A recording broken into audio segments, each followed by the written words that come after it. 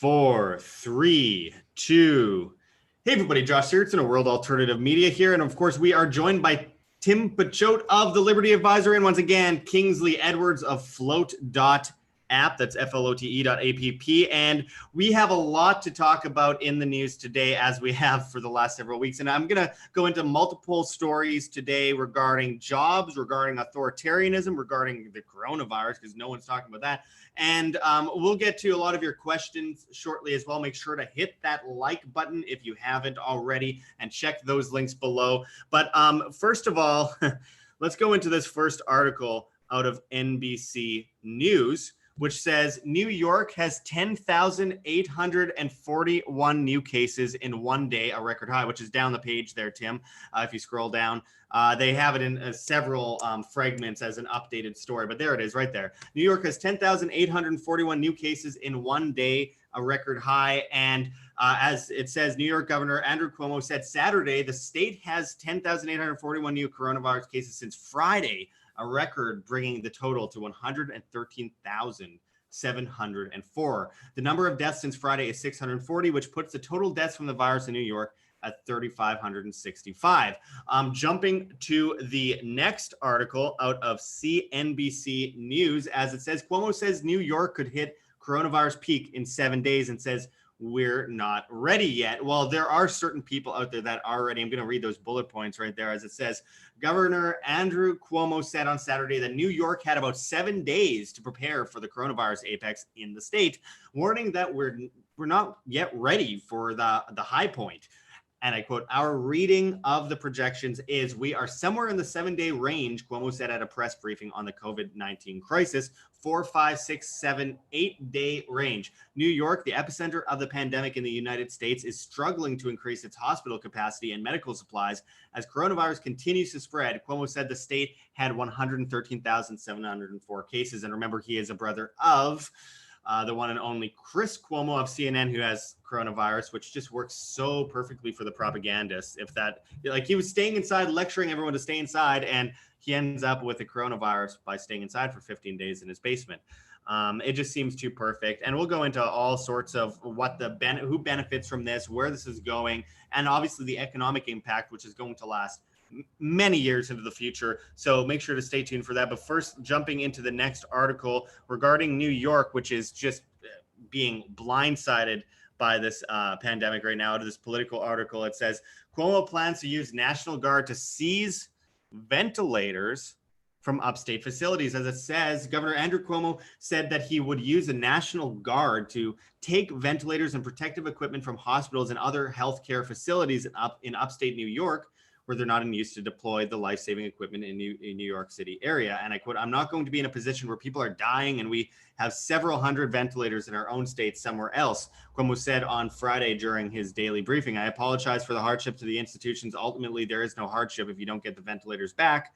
If you give my personal word, I will pay you for the ventilators, but I'm not going to let people die because we didn't redeploy these ventilators." Well, the fact that they weren't ready with enough ventilators in the first place, I think that is taking more lives than the coronavirus itself. It's a fact that no one was ready for any of this as far as the hospitals go. I have a lot of family and stuff in the hospital system that none of them were ready for the flow of ventilators that were necessary. Where in Italy, we saw this a month ago and they still didn't get ready. We see this a month ago in Italy, where they're deciding who was going to live and who was going to die based on ventilators. And they were letting a lot of people die because they didn't know what else they could do. So this is really one of the more tragic parts of this, other than the insane level of statism. Well, just think what's going to happen to the people that, I mean, I'm from upstate New York, so, big FU to Cuomo, and I've got a lot of friends who are doctors up there. And so basically, because the spread hasn't quite hit upstate New York as bad as it's hit downstate, so they're going to take the ventilators from upstate, bring them to downstate, and then when upstate eventually gets it, they're going to have no ventilators left. And so it doesn't matter, like, oh, we'll pay you back the ventilators if we don't give you. Well, it's not about paying it back. It's about, like, now upstate is screwed because Cuomo was given money in 2015 for this and chose to use that money elsewhere. And as far as I'm concerned, I mean, almost everybody in upstate New York, I mean, obviously, a lot of statists and a lot of, liberals, I'm sure, would love to stay part of New York. But by and large, I mean, I think if you were to poll the average person in upstate New York, I think by and large, all of them basically want out. It's such a mafia down there in New York City, where you've got, essentially New York City just sucks everything out of the rest of the state. And I mean, and upstate New York has absolutely nothing. Is nothing. I mean, there's farms. I mean, it's countryside. Nothing like New York City. So everyone's like always like, oh, you're from New York, and thinks I'm from like New York I City. love upstate New York. I can't say I'm a fan of Syracuse, but I'm a big fan of upstate New York. It's a beautiful area. People have absolutely no idea that haven't been there how beautiful of an area it really is. I didn't know there was mountains in New York, but I do want to carry on here because there's no doubt that Cuomo is a mafioso type figure, as was his father before him. And as is that, well, at least as far as personality goes, his brother Fredo, Chris, that's his name. Are you appropriating my culture now with the Fredo? That's what I'm doing. That's what I'm doing. I prefer Syracuse, Italy. It's a nicer place. Sorry. I'm not sorry. Going on to the next. Hey, real quick. I was doing a little bit of research as far as the do-it-yourself ventilators. They only cost $3. Do you guys know, like to make, I guess, as far as the materials cost? Have you guys heard of any shortages as far as materials to do it yourself ventilators? See, that's a good question because, the ventilators, I've had them before. I have asthma. I've dealt with it before, but they're very simple tools. They're very simple tools. The fact that they ran out of them, it's amazing that they can't just manufacture that real quick. I think there's more to it, and we'll probably find out later, but I do want to mention this next ABC News article, which says New York to get 1,100 ventilators with help from China, Oregon. Well, I'm sure there's absolutely the previous article there, Tim. I'm sure there's absolutely no cover up or plan there. I guess you don't have it there. But anyway, the idea is that China is going to try and, provide all these ventilators. I'm sure that they don't have anything up their sleeves at all, no ulterior motives at all. China always does things because they think it's the right thing to do. Honestly, I think this is just more evidence of the Chinese global takeover, which I've been talking about for weeks now. But anyway, weren't the test kits from China, weren't they like 80% of them or something shown to have actually coronavirus? No, those were test kits from Canada that were sent, I think, to the UK. And then they get to the UK, and the doctors, all these professionals, they open up these test kit boxes, and almost all of them are contaminated with the coronavirus. I mean, it's so perfect. But jumping into the next article there regarding the military, Tim, if you can pull that up for us. Now, this is more evidence of the authoritarianism that is to come. And people might say that there's reason for this, and they're sympathetic to it. But as it says, Trump says 1,000 military personnel are deploying to New York City to fight coronavirus. So you go from 1,000 ventilators to 1,000 military personnel, and now you have an issue on your hand where you're going to have military telling people to stay inside? You're going to have military yelling at people? Or you're going to have military saying, don't be sick from coronavirus or else? Like, I don't even get what are they doing? I mean, they're pointing their M16s at the coronavirus, I think. I don't know. Yeah, they're just, it's like an episode of South Park. They're like, global warming. They're like shooting into the air. While the NYPD is going and stopping and frisking people to find coronavirus. Oh, let's go see what she has from coronavirus over there. Like right. And how come police and military, I guess they're like immune from coronavirus because they're still congregating and getting together. There's no 6 foot distance rule for them, it seems like. I think they're the ones that are spreading it. If we look at New York City, the NYPD is just overwhelmed with coronavirus, and meanwhile you have police officers arresting people for wakeboarding and stuff in the ocean, the most social distancing oriented thing you could possibly imagine. People are getting arrested for that by cops that don't have masks, that haven't applied the right antibacterial ointments, and are now touching these people and breathing in their faces and reaching in their pockets and all sorts of stuff. I just can't help but find the irony in it. This is where you realize that this isn't about stopping coronavirus. This is about controlling you. And it is interesting. You see all these cops protesting a few years ago, mocking.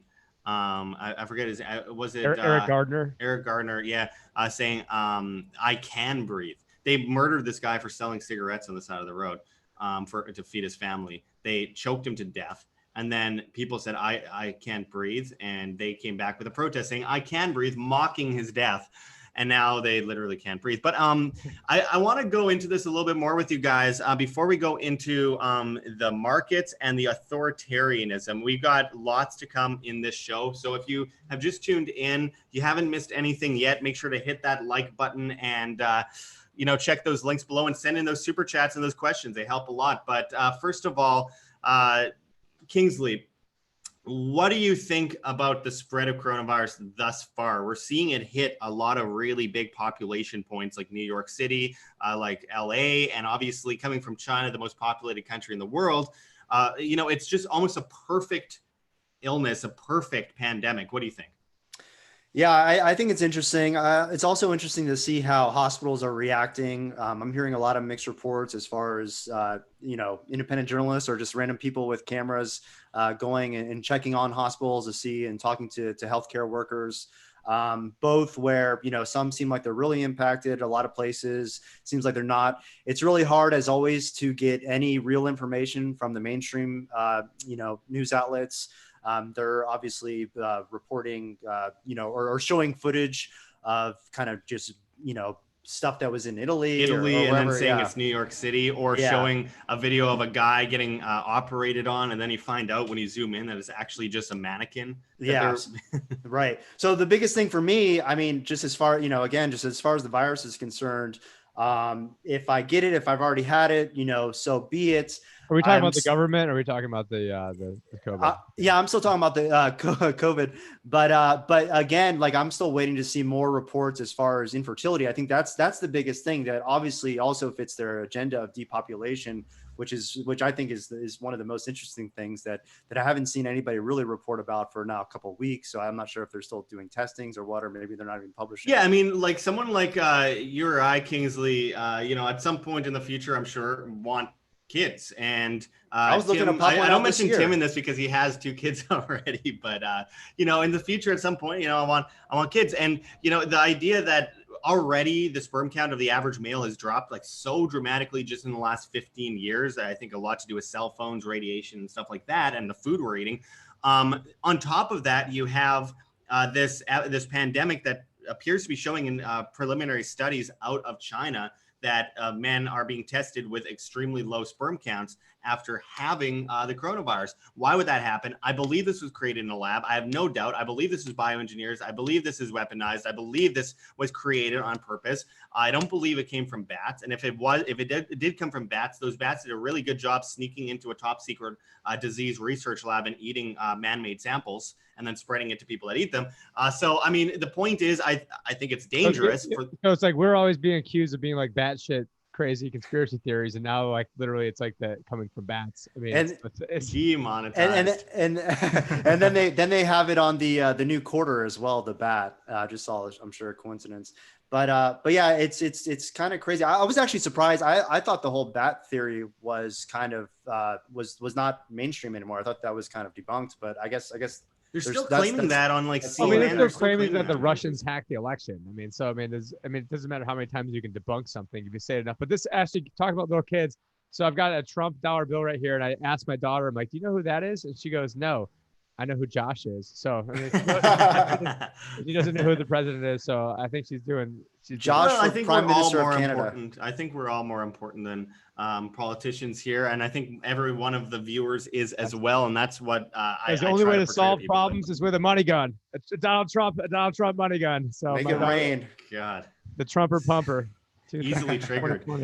But yeah, I mean, so I believe that this is a dangerous ailment that's affecting a lot of people. I believe that it is killing a lot of people, but I also think it's overblown in the US while undercut in China, rising up China as a global superpower while basically bringing down the United States. And I want to jump into this next link here, Tim, which I find crazy. If you guys haven't seen this before, and we'll let it replay from the beginning in a moment here. But this is the U.S. weekly initial jobless claims in thousands. And this is literally 1 week here. One freaking week. Let's point out that last week, Steve Mnuchin, the Treasury Secretary, actually said these job numbers are irrelevant. Yeah, look at that. Look at that. This is, I mean, that looks big. Okay, that's crazy. Okay, we're getting to 2001, and then you get to 2008 coming up right here. And now watch this, guys. This is absolutely insane. And keep in mind that To the the labor moon. force participation rate was hiding the actual numbers of unemployment in the United States until recently.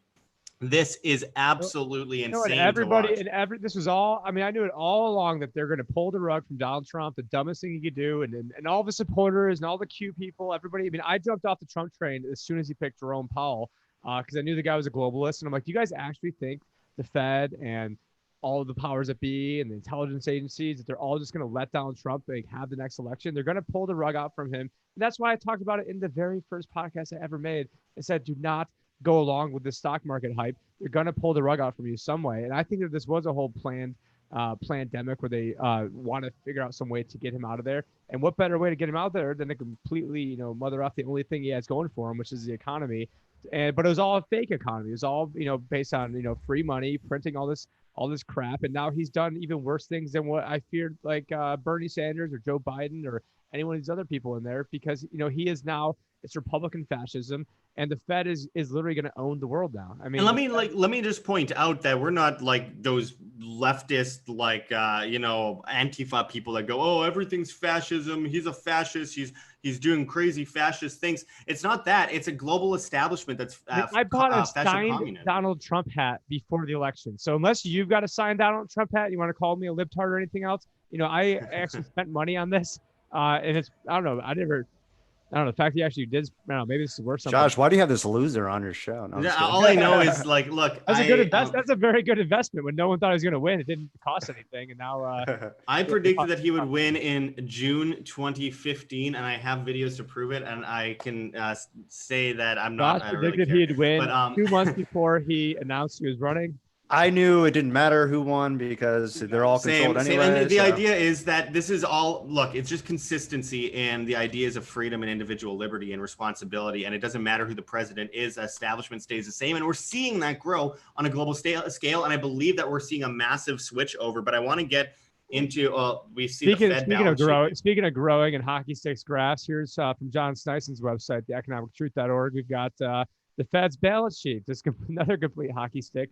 I think this is basically only round one, and the next round is going to be much bigger. They're talking about this paycheck protection program and having another round of it.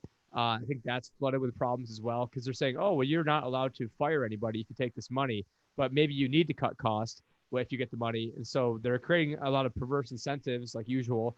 And and yeah, the banks don't have to take any liability for this money at all. And they're, it's basically it's another secret bailout for the big banks. But we can go to the next article now. Well, and actually, first, before we do that, Robin Will says Rob Kirby's interview on Wealth Research Group was informative. Yeah, Rob Kirby is awesome. I hope to have him on soon. He was about to be on in December with us, but then my laptop crashed the day that I was supposed to have him on. So I'm still dealing with that problem to this day. But I see some people here in the chat. Heavenbound45 says hi from Playa del Carmen, Mexico. Good to see you. And I too am in Mexico, and have to say it is hot here. Let's go into the next article, which we kind of alluded to in our previous video, but I think it needs to be said, especially considering that chart that we just saw. 10 million Americans lost their jobs in 2 weeks because of coronavirus. Economists who study unemployment appears to be a path, but they didn't think. Look at it from this perspective. You are looking at there conservatively 60 million in the United States, and imagine how that's going to end up for the vast majority of people. How people will react to that.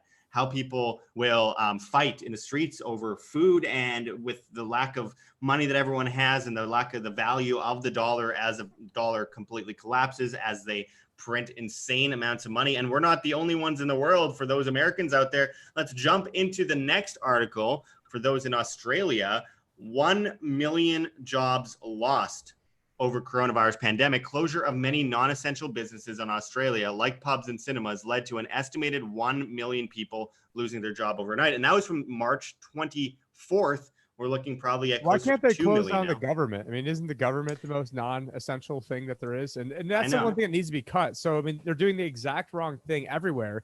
Opposite.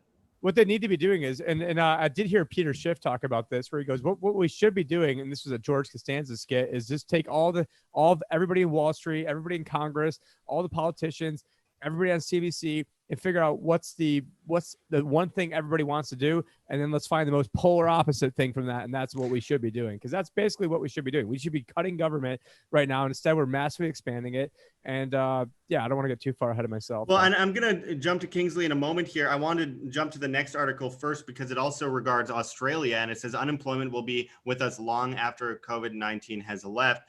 And basically they're talking about how a huge percentage of the population, even maybe 20% of the population, will be left without a job. I think that's incredibly conservative. 20%? If everybody's at home and possibly for a year, maybe 2 years, as they're saying, like where's the money coming from? Oh yeah, they print it. And how does anyone sustain that? How does any business sustain that? These businesses won't be coming back after, most of them won't be coming back after this is over. I mean, once coronavirus is gone, a much bigger virus will be maintaining itself, and that would be the virus of poverty and homelessness and, food wars and famine. And honestly, this is like what I remember reading in history books about the USSR in a more technocratic digital realm that is global. Instead, this is a global depression, as the video is titled. Kingsley, in Las Vegas, before I left on March, I believe 16th, to Mexico here, we went down the Las Vegas Strip, and there's very few people on the Las Vegas Strip. Now, almost everyone has lost their jobs in Las Vegas, like in the casinos and all these major industries that keep Las Vegas up and running. The taxes are very low in Las Vegas, but also a lot is funded with gambling, with tourism, and that kind of stuff. I wanted to ask you about it a little bit because obviously at that time we did a video. I'll be releasing part of that video soon, going down the Strip, same within downtown Las Vegas. And we saw basically that day was when they closed the casinos. The next day, they were on the Tuesday, they were going to close the hotels completely. What have you seen thus far in Las Vegas, one of the biggest hubs of money in the United States? Yeah, so far, I mean, it hasn't really been affecting my daily life besides not being able to go out to bars or restaurants or those types of things. Sounds like it's pretty effective. But I mean, usually I order food anyway, so I have it delivered.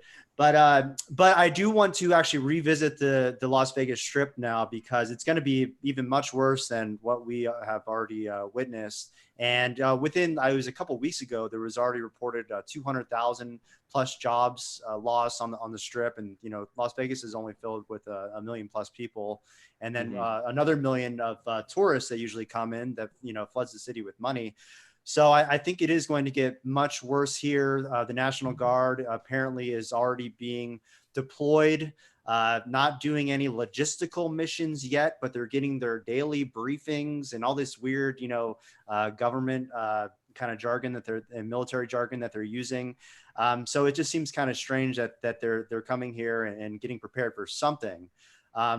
And also just kind of interesting too is this. I don't think this is an article that you guys have up, but did you guys see that the DARPA is contacting, I think, universities and saying that the next war is going to be underground or something, and talking about that they want access to all these underground tunnels?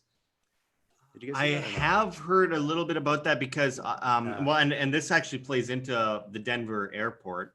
The Denver International Airport, which we've known for a while, for over 15 years now, was constructed to be one of the biggest underground bomb shelters in the world, and practically its own underground city. I could tell you a bit about underground cities, as Kingsley will note that I've been to some ancient underground cities that I believe were built for catastrophes and insanity, much like what we're witnessing today, but at a more primitive scale. But there's envisioning getting like a piece of sand. Like, yeah, this was definitely. Hey, look, I went to the Sahara Desert. I didn't have a salt testing kit, so I ate the sand off the ground. Okay, you can laugh about it all you want, but that was my way of testing it. It could have been anthrax, so I'm lucky it wasn't. But no, I mean there has been a lot of evidence of them getting that kind of stuff ready, but I think more so in China, because China has been creating some of the craziest underground cities below mountains. They've been building islands. In the South China Seas, they're just creating new land because they're just trying to fill up land with as much people as possible, trying to spread out as much as possible, trying to take over as much of the world as possible. And I do believe it's part of the Chinese global takeover. But I don't know. Fill me in a little bit more on what you've heard about DARPA. Yeah, it's just one article that I've come across where DARPA is apparently, like I said, contacting a lot of universities that have these, or have connections to these underground tunnels, and they are saying that they're basically doing military testing exercises to prepare for some sort of underground warfare. I mean, that's this was a mainstream article too. I forget exactly what it is, but these like the deep underground military bases, the DUMBs, or this is even just underground tunnels that connect universities with government buildings, hospitals, these types of things. So, it's just kind of interesting, something to keep in mind. Yeah, smart tunnels, not the DUMBs. And by the way, Robin Wills says my daddy ate dirt for a living as a geologist. So see, it was scientific what I did. There's nothing wrong with eating sand or salt in the. That's where you get your doctorate degree is when that's the final. As long as that's not how you test for the sperm count with what's going on. Dude, come on. Is that the first thing you got to think about? Come on. This is a family show. Well, I did think of it 20 minutes ago, but then I decided to withhold. And then... Anyway, well, yeah, we'll Josh is your man. You waited 20 minutes. Good Saturday, job. It's a Saturday. 20 minutes. Send your samples to Puerto Vallarta. Okay. Anyway, so we were talking about underground cities and all sorts of stuff like that. And by the way, if you haven't already, hit that like button and share on social media and help us get out of the shadow banning that we're currently in. Super chats help a lot. Check the links below and join our new newsletter at www.iamband.com. That's www.iamband.com. Let's get Josh a new laptop. Let's Rainy Steps sent Canadian $2.79 and says, hello, guys. Thank you very much, Rainy Steps. I really appreciate your help, and it goes a long way. Seriously, that's like a whole dinner here in Mexico. So thank you very much. But we're talking about authoritarianism. I want to jump to the next article because it's pretty crazy. It's one that I saw a few days ago, but I'll build on it. As it says, shoot them dead. Philippine President Rodrigo Duterte orders police and military to kill citizens who defy coronavirus lockdown. And we've seen that in North Korea as well, that anyone that coughs, they're just shooting people in the head. New York City. No. Yeah, well, coming to a place near you. Jumping to the next article, which I find interesting, is that a man has been shot dead for flouting coronavirus rules in the Philippines. As it says, police in the Philippines have shot dead a man for not wearing a mask and provoking officers. President Duterte has ordered police and military to kill anyone violating quarantine or causing trouble during the pandemic. Not wearing a mask. Well, this is Luke Radowski approved. What do you think of it, of like this jump in authoritarianism worldwide? We're going to jump into more articles right away, but I mean, it just seems like this has been the perfect excuse to crack down on whatever remains of individual liberty. I guess we will start with Tim. Yeah, I mean, this is basically just being used as a giant skeleton key to get everything done that they want to get done. So, I mean, it's like, you get a bailout, and you get a bailout, and just look at everyone who's, benefiting from this. And now I see Madonna's donating $1 million to the Bill and Melinda Gates Foundation. Why would they need money? Why would the Bill and Melinda Gates Society need any money at all? But they have more money than like multiple countries combined. Yeah, it's because then people see, oh, well, Madonna's doing this, and they got all the sheep for them be falling into this, because it's the whole thing is about creating a vaccine. And so we're seeing, apparently, vaccines don't really even work for, viruses anyways, but they want to get everybody into this vaccine. Who knows what's even in the vaccine? But then if we get a rushed clinically trial through, I heard Sam Tripoli saying this, and it's sort of like, Bill Gates is, acting like he's Babe Ruth over there, calling out his home runs and calling out, okay, 67 million dead over here, and we've got this pandemic over there. And we've got Event 201 where we basically simulate a coronavirus, outbreak. And so I mean, I see this being used as, okay, the system was going to collapse regardless. I thought the game plan was not to release a pandemic. The initial game plan was to have a war with Russia, but with Donald Trump getting in there and then successfully fending off every attack that was going on, like some Jedi, I'm calling things out. The whole thing against Trump was all BS, completely contrived thing. But that doesn't mean Donald Trump is. But it's not like there's this dichotomy where just because I defend him on this, that I defend him on everything else. So I do not defend everything that's going on right now in terms of oh, you get a bailout and you get right. a Well, bailout. and let's put it this way. We have different forms of collectivism on the ground. So you have left and right clashing and attacking people, and the government laughs and smiles. Within the government as well, you have government figures attacking each other, while the global establishment that controls both sides of the government looks at them and laughs as well. It's a chain of command that goes all the way to the top of the pyramid. And Kingsley, what do you think of you have a long history seeing the rise of authoritarianism? Obviously, your father has been in jail for 27 years for a tablespoon of cocaine, which, by the way, you can sign the free Michael Edwards petition online. If you Google free Michael Edwards now on Google, you will find the petition. We'll link it there as soon as we can. But Kingsley, what do you think about this, just with your own personal background and your knowledge of the rise of authoritarianism in the United States? Yeah, well, that's what's really scary too, is that, I mean, we've had this decades and decades long war on plants, multiple plants across the world. And now even, Trump coming out and saying that we're going to double up on that war just recently. So just imagine what the government will do. I mean, it's already ruined the lives and families of so many people just for a plant that people voluntarily ingest themselves or smoke it or whatever. So now what do you think they're going to do, and what powers do you think they're going to take, and what liberties do you think they're going to take from the American people and people across the world for a virus that's invisible, that, can barely be tested, that has that's getting, false negatives, false positives, whatever on the testing kits. It's really scary, but it's something, and, it just seems like it just fits perfectly into their agenda of kind of this, like you say, a communist kind of takeover, a one world government. It's a perfect situation, especially looking at things like Event 201 and how they do this every year, the Event 201 kind of thing. They get politicians, celebrities, news anchors, and business leaders together, funded by Bill and Melinda Gates, and they create a exercise, a global pandemic operation, and how you kind of get around that and fix that problem. And that is something they do every year. But this year was very, very interestingly similar to what we've seen this year. And also, they had military war games in Wuhan, China, just days before the breakout. I believe that there's a major power shift to China, the technocracies and the cashless societies of the world.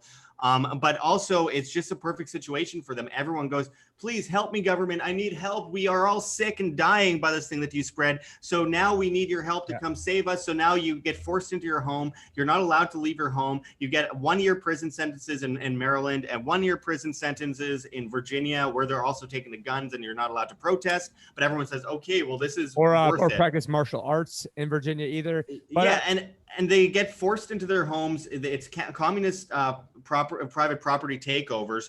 Then they say they're printing trillions of dollars to help bail out everyone, help bail out your all these businesses have gone under. The stimulus bill, which mostly just goes to bureaucracies and doesn't actually go to people, though people get their $1,200 stimulus tax. What was it, like a $250 billion go to $1,200 to every American? Well, no, but it costs $1 trillion. The math on that is every family of 4 would be getting $60,000 of debt settled onto them, but they'd get $3,000. So obviously, terrible deal. And, Donald Trump, king of terrible deals. But you had mentioned one world government, one world currencies. So Paul, and people actually, you really mentioned people begging for this.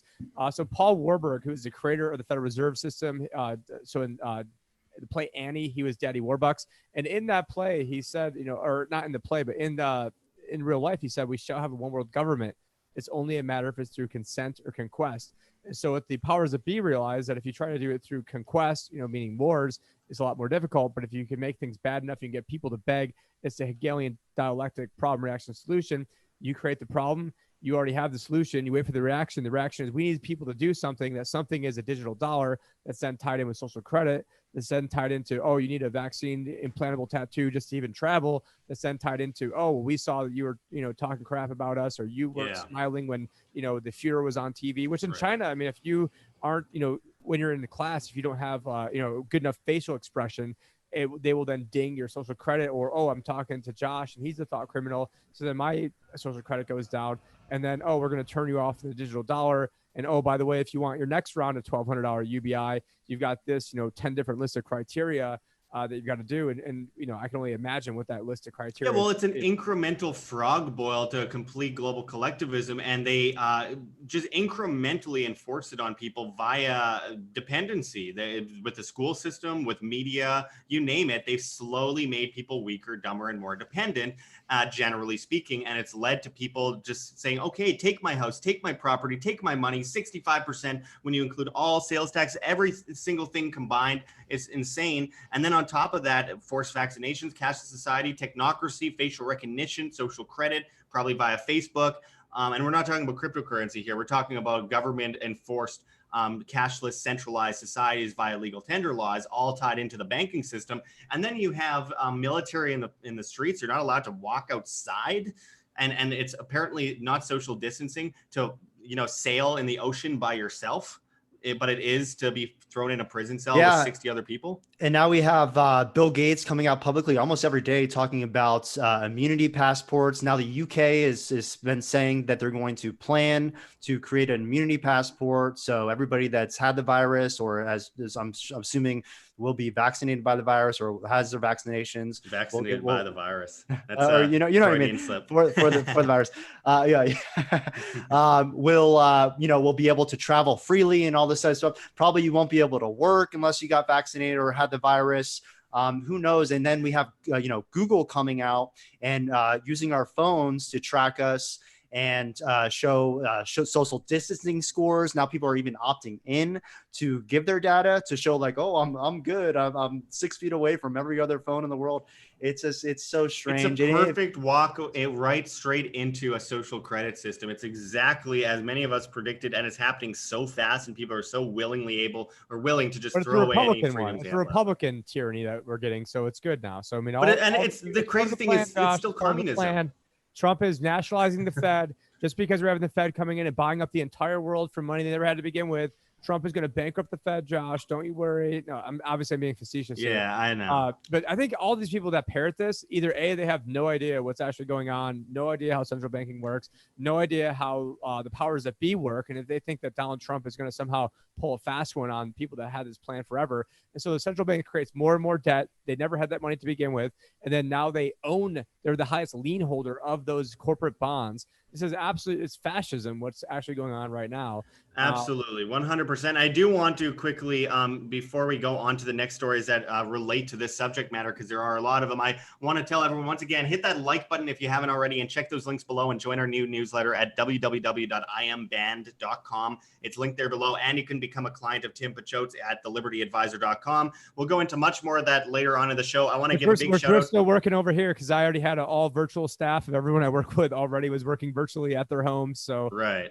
It's pretty much fell right. Yeah, it's great. Well, everyone's working at homes right now by gunpoint, but I've built a business where it's all people working virtually around the country, working from home. Right. That's one of the plus sides, I think, is that a lot of people are going to reorganize. Supply chains are going to be reorganized, be more localized, decentralized. So we have to look at some of the benefits that may come of this, although, I think it's going to get a lot worse before more homeschooling. Yeah. But I do want to give a shout out to Rainy Steps, who sent another Canadian $2.79 in the super chat. Says, here, have another meal on me. I really appreciate that. Thank you so much. Those super chats go a long way, guys. And hitting that like button and sharing on social media helps a lot as well. Con sent $5.99 Australian, says, cheers. Cheers to you, Con. Always good to see you here in the chat, and I really appreciate it. We will get to as many questions as possible soon. Rainy Steps sent another Canadian $13.99. It says, Josh, take your girlfriend out on me. I will once again do that. Thank you very much for those super chats, guys.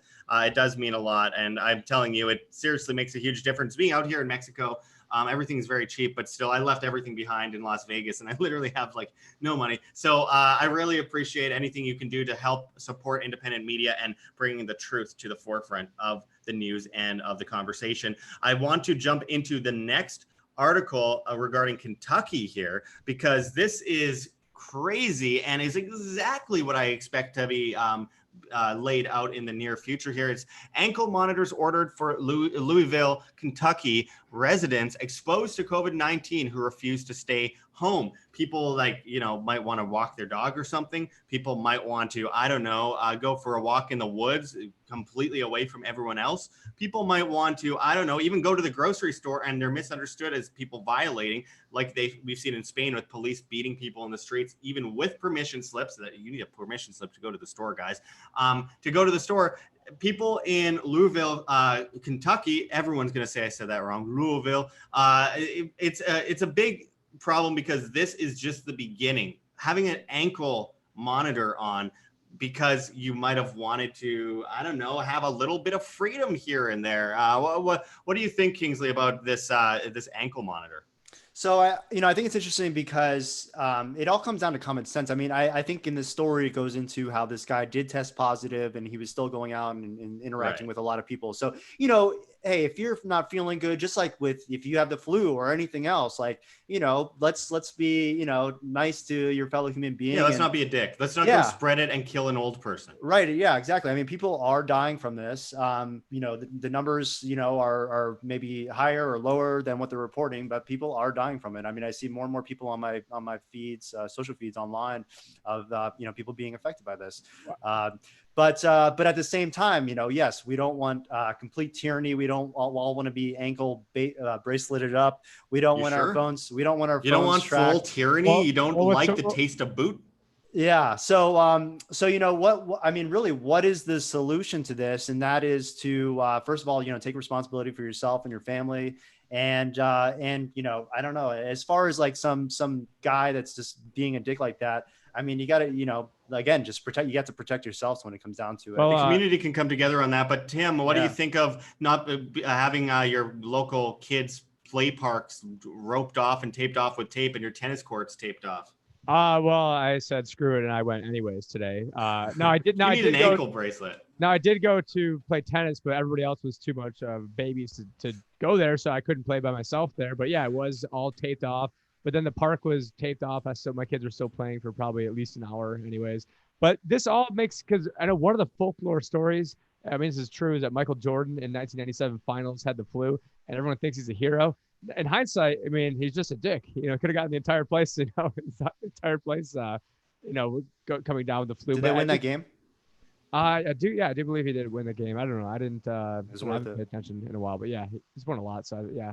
My guess would be yes, but Michael Jordan knew how to win games regardless. I mean, he ran circles around most people, but I mean, yeah, it's a totally dick move because you get the whole team sick with the flu. Like, seriously. And isn't that what happened with the NBA when one guy got the coronavirus after breathing and like licking a bunch of things? Oh no, that guy, there's a video of him and he's purposely trying to be a dick, and he just goes over to every single item on the table and he starts touching everything. He's like, I'm not worried about coronavirus. He's going and touching everything. And even if you don't care about coronavirus, if you have a cold, if you have a flu, why would you do that? Like, why? That's like Kingsley's girlfriend or fiance, I'm sorry, touching me in the nose when she was sick with a hookah thing because she thought it'd be funny, and then I got sick. Why would he do that? Hey, what do you think, Kingsley? I love my fiance, so no comment. But and also, if it's to get, we're trying to get you sick. If it's to get you sick, I have no problems with that, no qualms. But yeah, again, just use common sense. It's no different than getting. I mean, there's actually much more deadlier diseases out there. So just be cautious or be cautious of what you're doing with who and if people get together voluntarily, if you're having get-togethers or whatever, this type of thing. Then just know, you're at risk and take responsibility for yourself. And we have a lot of conversation in the live chat about, China and Asians and all that. Because let's be realistic here and let's not generalize. The issue is that, China has one of the largest outgoing tourist industry in the world. Anywhere you go in the world, you can be in the middle of the Sahara Desert where I was, and you'll still see a busload of Chinese tourists everywhere you go in the world, to the point where most tourist attractions in the world, no matter where you are in the world, there's multiple Chinese restaurants and Chinese flags and stuff like that. I see it in Vegas too. And they tried to build a casino based on Chinese tourism, just like they built one based on Japanese tourism. It ended up failing, but it was off the strip. Nonetheless, the point is that it's a huge tourist industry. And at the beginning, within January, during, I think, the middle of January, during Chinese New Year, Las Vegas is one of the biggest places in the world to host Chinese New Year celebrations. So while they were banning it in China itself, the actual Chinese New Year celebrations, millions and millions of Chinese people were abroad looking for Chinese New Year celebrations, and tens of thousands were in Las Vegas at the Bellagio. And you went there. And I went there, and I didn't know. I got there, and I'm like, "What's going on?" Told you. Man. And I mean, and look, obviously, a person is going to go like this if they see that. A lot of them were coughing, and it just looked like a lot of them were sick. And I'm like, "Oh, great." But with that said, it's the governments that spread this in the first place. It's weaponized. Illness is spread one way or another. It does every year. 1 billion people get the flu, and 0.1% of them die. This one, more people die, but it was also weaponized, and it's also being overblown in the U.S. while undercut in China, where there's 21 million phone numbers going missing in China. And there's all this evidence that there's way more people dying in China. While in the U.S., there's all this evidence of them calling people who have heart attacks or pneumonia or whatever it might be as coronavirus patients. It's happening every day in the news. They're saying a little boy who died in a traffic accident, who got hit by a car a few days ago, I believe it was a 5-year-old boy, died by getting hit by a car. And the news said it was a coronavirus death. I mean, so this is why nobody trusts anything anymore. On the opposite side of that spectrum, I have heard reports of people potentially dying from it, but they weren't able to be tested for it too. So Right. there is that. Have you guys looked into as far as what Sweden's doing? Because apparently they're just going on as if well, John Snyson's not here, so he's always got commentary on Well, this. in Belarus too. Belarus's president was playing hockey a couple days ago and said, "I would rather die standing than on my knees." And a bit of that kind of resonated a little bit for me for a second. I'm sure he's a criminal. Because the hockey part, yeah, exactly. But he's like, yeah, we could all shut down, but also I don't want to destroy the economy and spread a worse virus once this one's done. Also, he said, I would rather die standing than die on my knees. And honestly, that's how I felt here in Mexico, because I'm looking at these businesses closed, and I hate to say it, but if you are 90 years old and you are very susceptible for the illness, shouldn't you be the number one person at home, not going to these restaurants where these restaurants are now blamed and then they all lose their jobs because of it? I mean, I wait, what? Unless you're like a 90-year-old war criminal like Kissinger or any of those guys. Yeah. Yes, in that case, go shake hands with Rand Paul, please. Go lick toilet seats. Don't do that. We are not advocating licking toilet seats. I'm talking about Henry Kissinger. Yeah. Well, he does it anyway. I mean, it's Henry Kissinger. Well, we're talking a lot about China, and it is the year of the now. rat over there in China. And the year of the rat is, usually it pretends into sickness and health. Oh my God, this video is so gonna get taken down. I know where this is going, but it's. I'm just kidding. But look, I think this is the number one thing. I'm not an astrologist, so that's about as far as it was going. I thought you were talking about food choices. Anyway, I do want to go into the next article here, because this is just another example of who we have in charge of this insanity out of Zero Hedge, as it says. Has WHO Director Tedros, a top member of violent Ethiopian Communist Party? And the answer is yes. The guy who has been largely at the top, at the helm of directing all of this insanity, is a full-fledged communist, as the article says. The director He's wearing that mask wrong. Yeah, I know. Well, that's what he wants. The way he wants us to, do as he says. But as the article says, the Director General of the World Health Organization is a former member of a violent revolutionary communist party in Ethiopia that denied emergency medical treatment to an ethnic group, and he is accused of personally overseeing the extradition of dissidents who were later imprisoned and tortured. So this is the kind of person that we see at the top of this of this insanity that we're currently witnessing. And I think it's really telling, because remember, the WHO, it's not just the United Nations in general, the IMF in general, they seem to employ criminals. They employed the Saudis at the top of the Human Rights Commission. And at one point, they tried to get Mugabe to head the Human Rights Commission. Zimbabwe's Mugabe, the guy who had likely executed thousands of people and was a communist dictator, he's the guy, he's dead now, but he's the guy that they wanted 2.5 years ago to head the Human Rights Commission at the United nations. These are the people that are giving us marching orders. And as I've been talking with a lot of Mexicans here, no one's buying it. Almost everyone here in Mexico, this is one of the reasons I love it here, is that they're all conspiracy theorists. They're all saying this is all part of a global control plan. And they're all saying, I'm an anarchist. I just believe in living my own life and being free and making my own decisions and being left alone. And they're like, this is what most people think here, which is why we don't like to get marching orders from the United Nations. And that's what I've heard from dozens over here so far. Well, everyone in the U.S. is shelter in place. Sorry, go ahead. Mauritania is on the Human Rights Council now, so you got so shout out to Mauritania. I cannot say anything because I'm going back there, but for multiple reasons, Libya, that's wrong. Libya, we know Mauritania shill.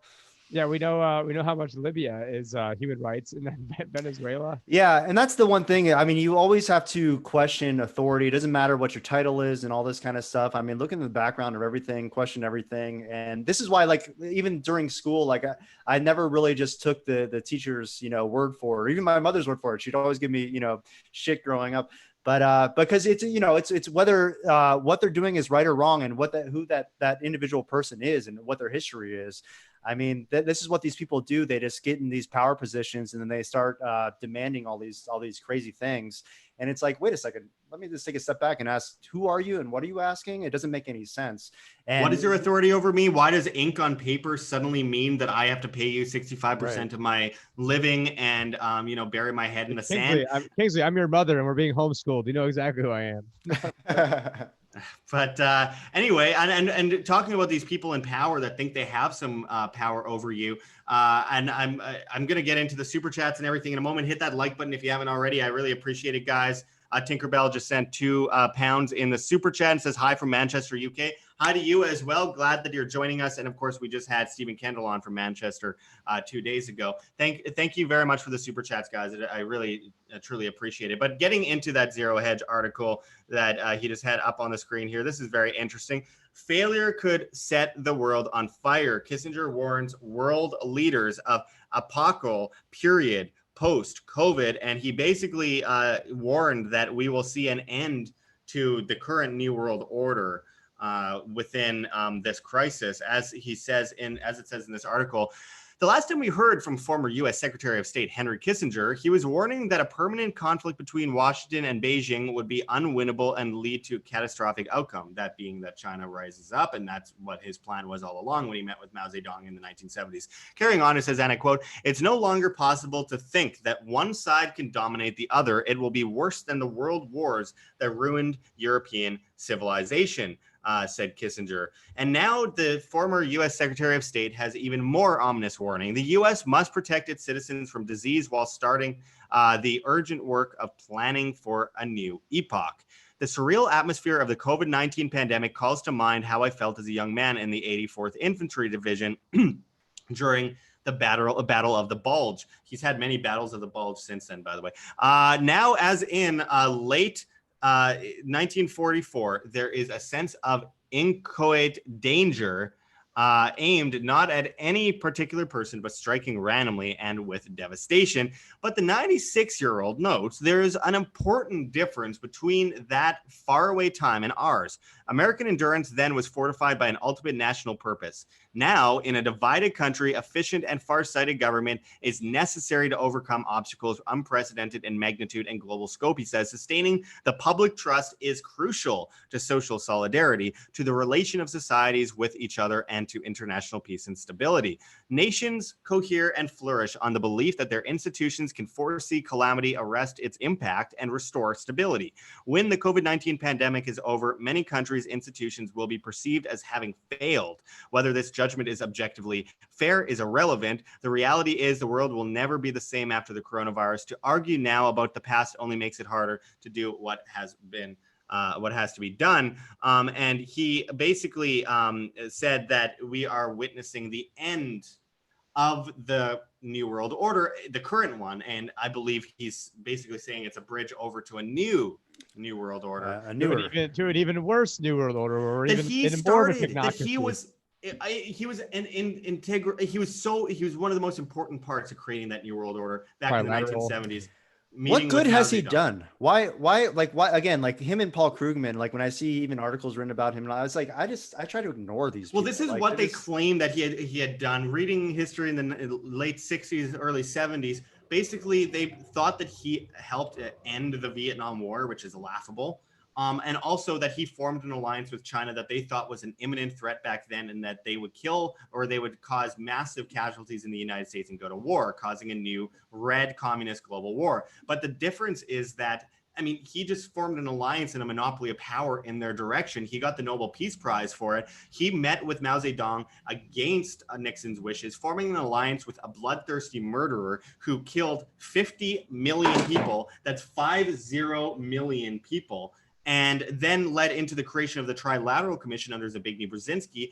And that created what we now know as technocratic China. That is what created the powerhouse we have today in China. And that's why I believe this was weaponized. I believe he was, in a way, part of creating this pandemic in the first place. And I believe that this has led into China saying, well, they weaponized this illness that was created in the lab, coronavirus, COVID-19. It spread around the world. Everyone thinks China's going down and everyone else is fine. World Health Organization says, don't worry, go outside, lick door handles or whatever. CDC says the same. I remember reporting on it in December. They were like, it's not, it doesn't, there's no Italians say go hug a Chinese citizen day. Well, that was a thing. And that's the thing. I mean, like it's crazy because they engineered this. And now China says that there's no coronavirus there, even though there's millions of people going missing, including many journalists, by the way. But now they say that the US is going down and China is coming up as a world superpower, lending ventilators to the United States, lending money, being the nice guy. This is all creating a global technocratic superstate. And I believe that was all of the plan all along, was to create a guinea pig state of fascio-communism. Once they saw that it worked, they created that. They're trying to pull that over to the United States, which is now becoming fascio-communism because everyone's forced into their homes, like in Canada as well, like everywhere else. The government says they'll pay the rent. They're printing currency. I mean, that's the reality of what we're seeing today. I mean, what do you guys think? I agree. I did have that quote up there from Kissinger where he said, what is it? Military men are just dumb, stupid animals to be used as pawns in foreign policy. And then it's funny because I had a guy from the military who he's like, how dare you disrespect Kissinger? I'm like, well, actually, if you want to talk about disrespect, here's a nice little quote for you. So, but yeah, I mean, I guess he's actually sort of true on that one, that our troops are basically used as pawns in a much bigger game and this is not to say, I'm just hating on the troops. It's like, I'm actually trying to protect the troops. Like you guys, and then Kingsley, and then you were in the Navy for a little while. And so obviously I think we probably have similar views. It doesn't mean that I hate the troops. It was the Navy, right? Yeah. I think, in my experience, I joined after 9/11 and I was actually a bit discouraged because I joined thinking, patriotism and I'm going to go kill those terrorists over there to save the country over here and all this kind of stuff. And then when I got in, and then when I got in, there are people like that. And I still believe there are people that believe that they're doing good. I was brainwashed myself. But then, a lot of people too are just really there actually just for a paycheck. I would say actually that's, at least in my experience, that's the majority of people. But I hope that, and I think that a lot of people are waking up and just we see more and more active duty military speaking out against the government, speaking out against. Yeah, I feel like a lot of active duty military are former active duty. Some of the most awake people out there. Yeah, luckily I've met a lot of them myself. Absolutely, it's a huge chunk of expats here in Mexico are U.S. and Canadian military who've left because they're just disgusted by the government. They didn't even want to associate with the country that they thought they were fighting for.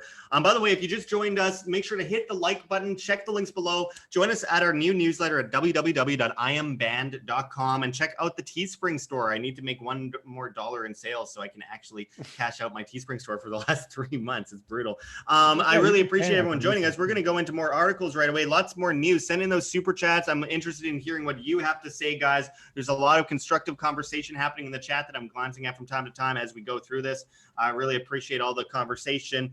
But yeah, definitely hit that like button. But we got a lot more to talk about. And one of them being that this happened the other day. I reported on it before. Fauci says lockdown will continue until there are no new cases of COVID-19. So when is that going to be? when is that gonna end then? Like that could literally go on. One person, like after 4 months of nothing, one person gets it, and suddenly it's like, oh, we got to stay locked down. And I guess we're not. 5 years later, that is the most stupid thing to go on. This is like the height of ridiculousness because there could be one person sick and then now the entire country is just on lockdown. So if like one person, then what does this extend to? Like, oh, we've got someone who has the flu, and so now we need to go lock everybody down. And I mean, a lot of this, even legit flu strains, could be getting worse because of all the different people half-assing it when they take different medications, when they creating all these super bugs. And so I see this, but the thing is, I mean, does big pharma want to stop this? I mean, no, because if they stop this or they found a cure for anything, it would stop all their money trains. So I guess that's part of the conspiracy theory of yeah. And also, I do want to add that Fauci is known. He was heavily involved in the HIV epidemic in the 1980s. Not that he was giving it to everyone, but but he was heavily involved in the HIV epidemic. Sorry, that was terrible. And but it was crazy because they over exaggerated those numbers too. They were showing that the same amount of people had died the year before in these African countries as they had on average that year. But then they were saying there was like millions, tens of millions, even maybe hundreds of millions of deaths from AIDS in the area. Well, they were representing every cough, cold, pneumonia, any illness as like a lion attack as AIDS, and counting that into the number. And Fauci was heavily involved in the fear mongering regarding that. Again, coronavirus is a dangerous thing. It was weaponized.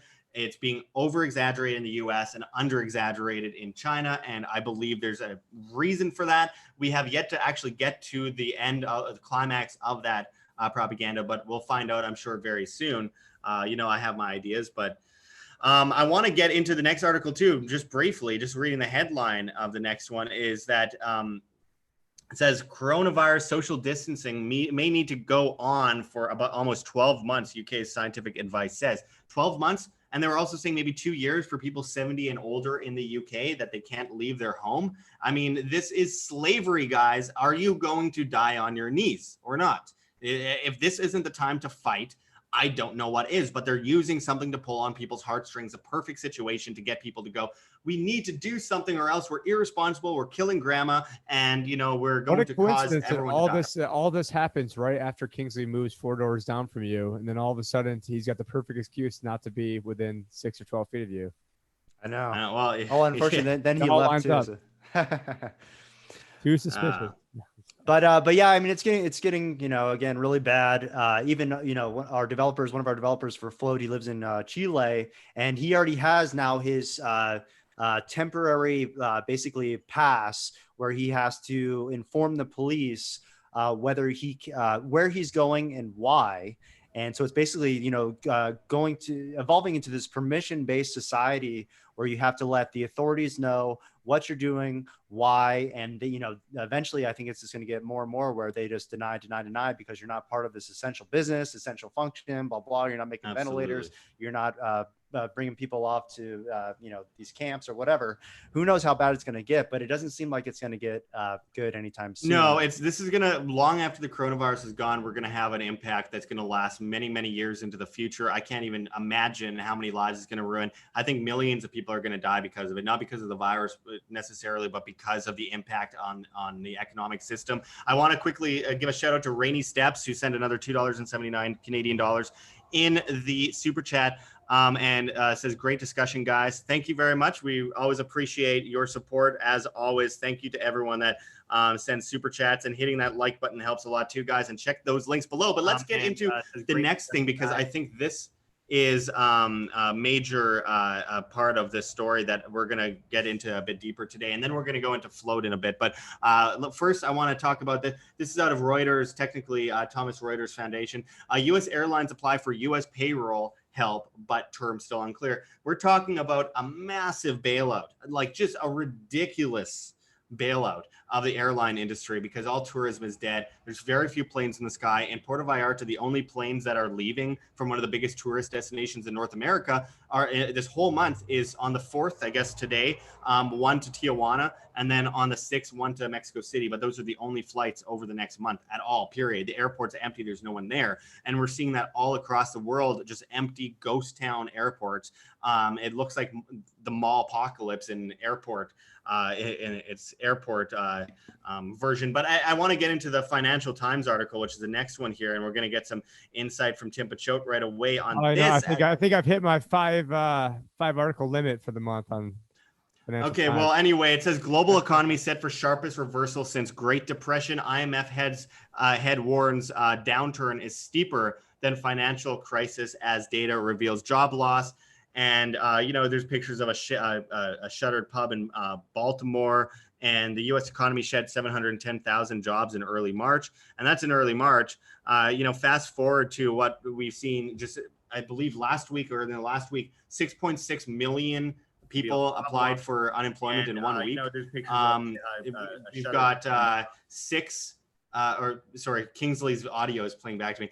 We've got that was me, my bad. That was you? I was trying to share the article to other places, and when I clicked on it, it started playing. Okay, no worries. But then there's also 10 million in the last 2 weeks, and I'm pretty sure that number's higher than that at this point. And we're probably going to say a conservative estimate, 60 million jobs lost in the United States in the next short while. And the impact on the economy cannot be even examined or understood. But the U.S. economy shed 710,000 jobs in early March, ending 113 months of continuous job growth, which was fake and faulty and nonsense based if you actually look at the labor force participation rate. But jumping to the next article, which I find interesting, is that unemployment in U.S. and U.K. May be worse than in Great Depression. And it's out of the Guardian here, as you see on the screen.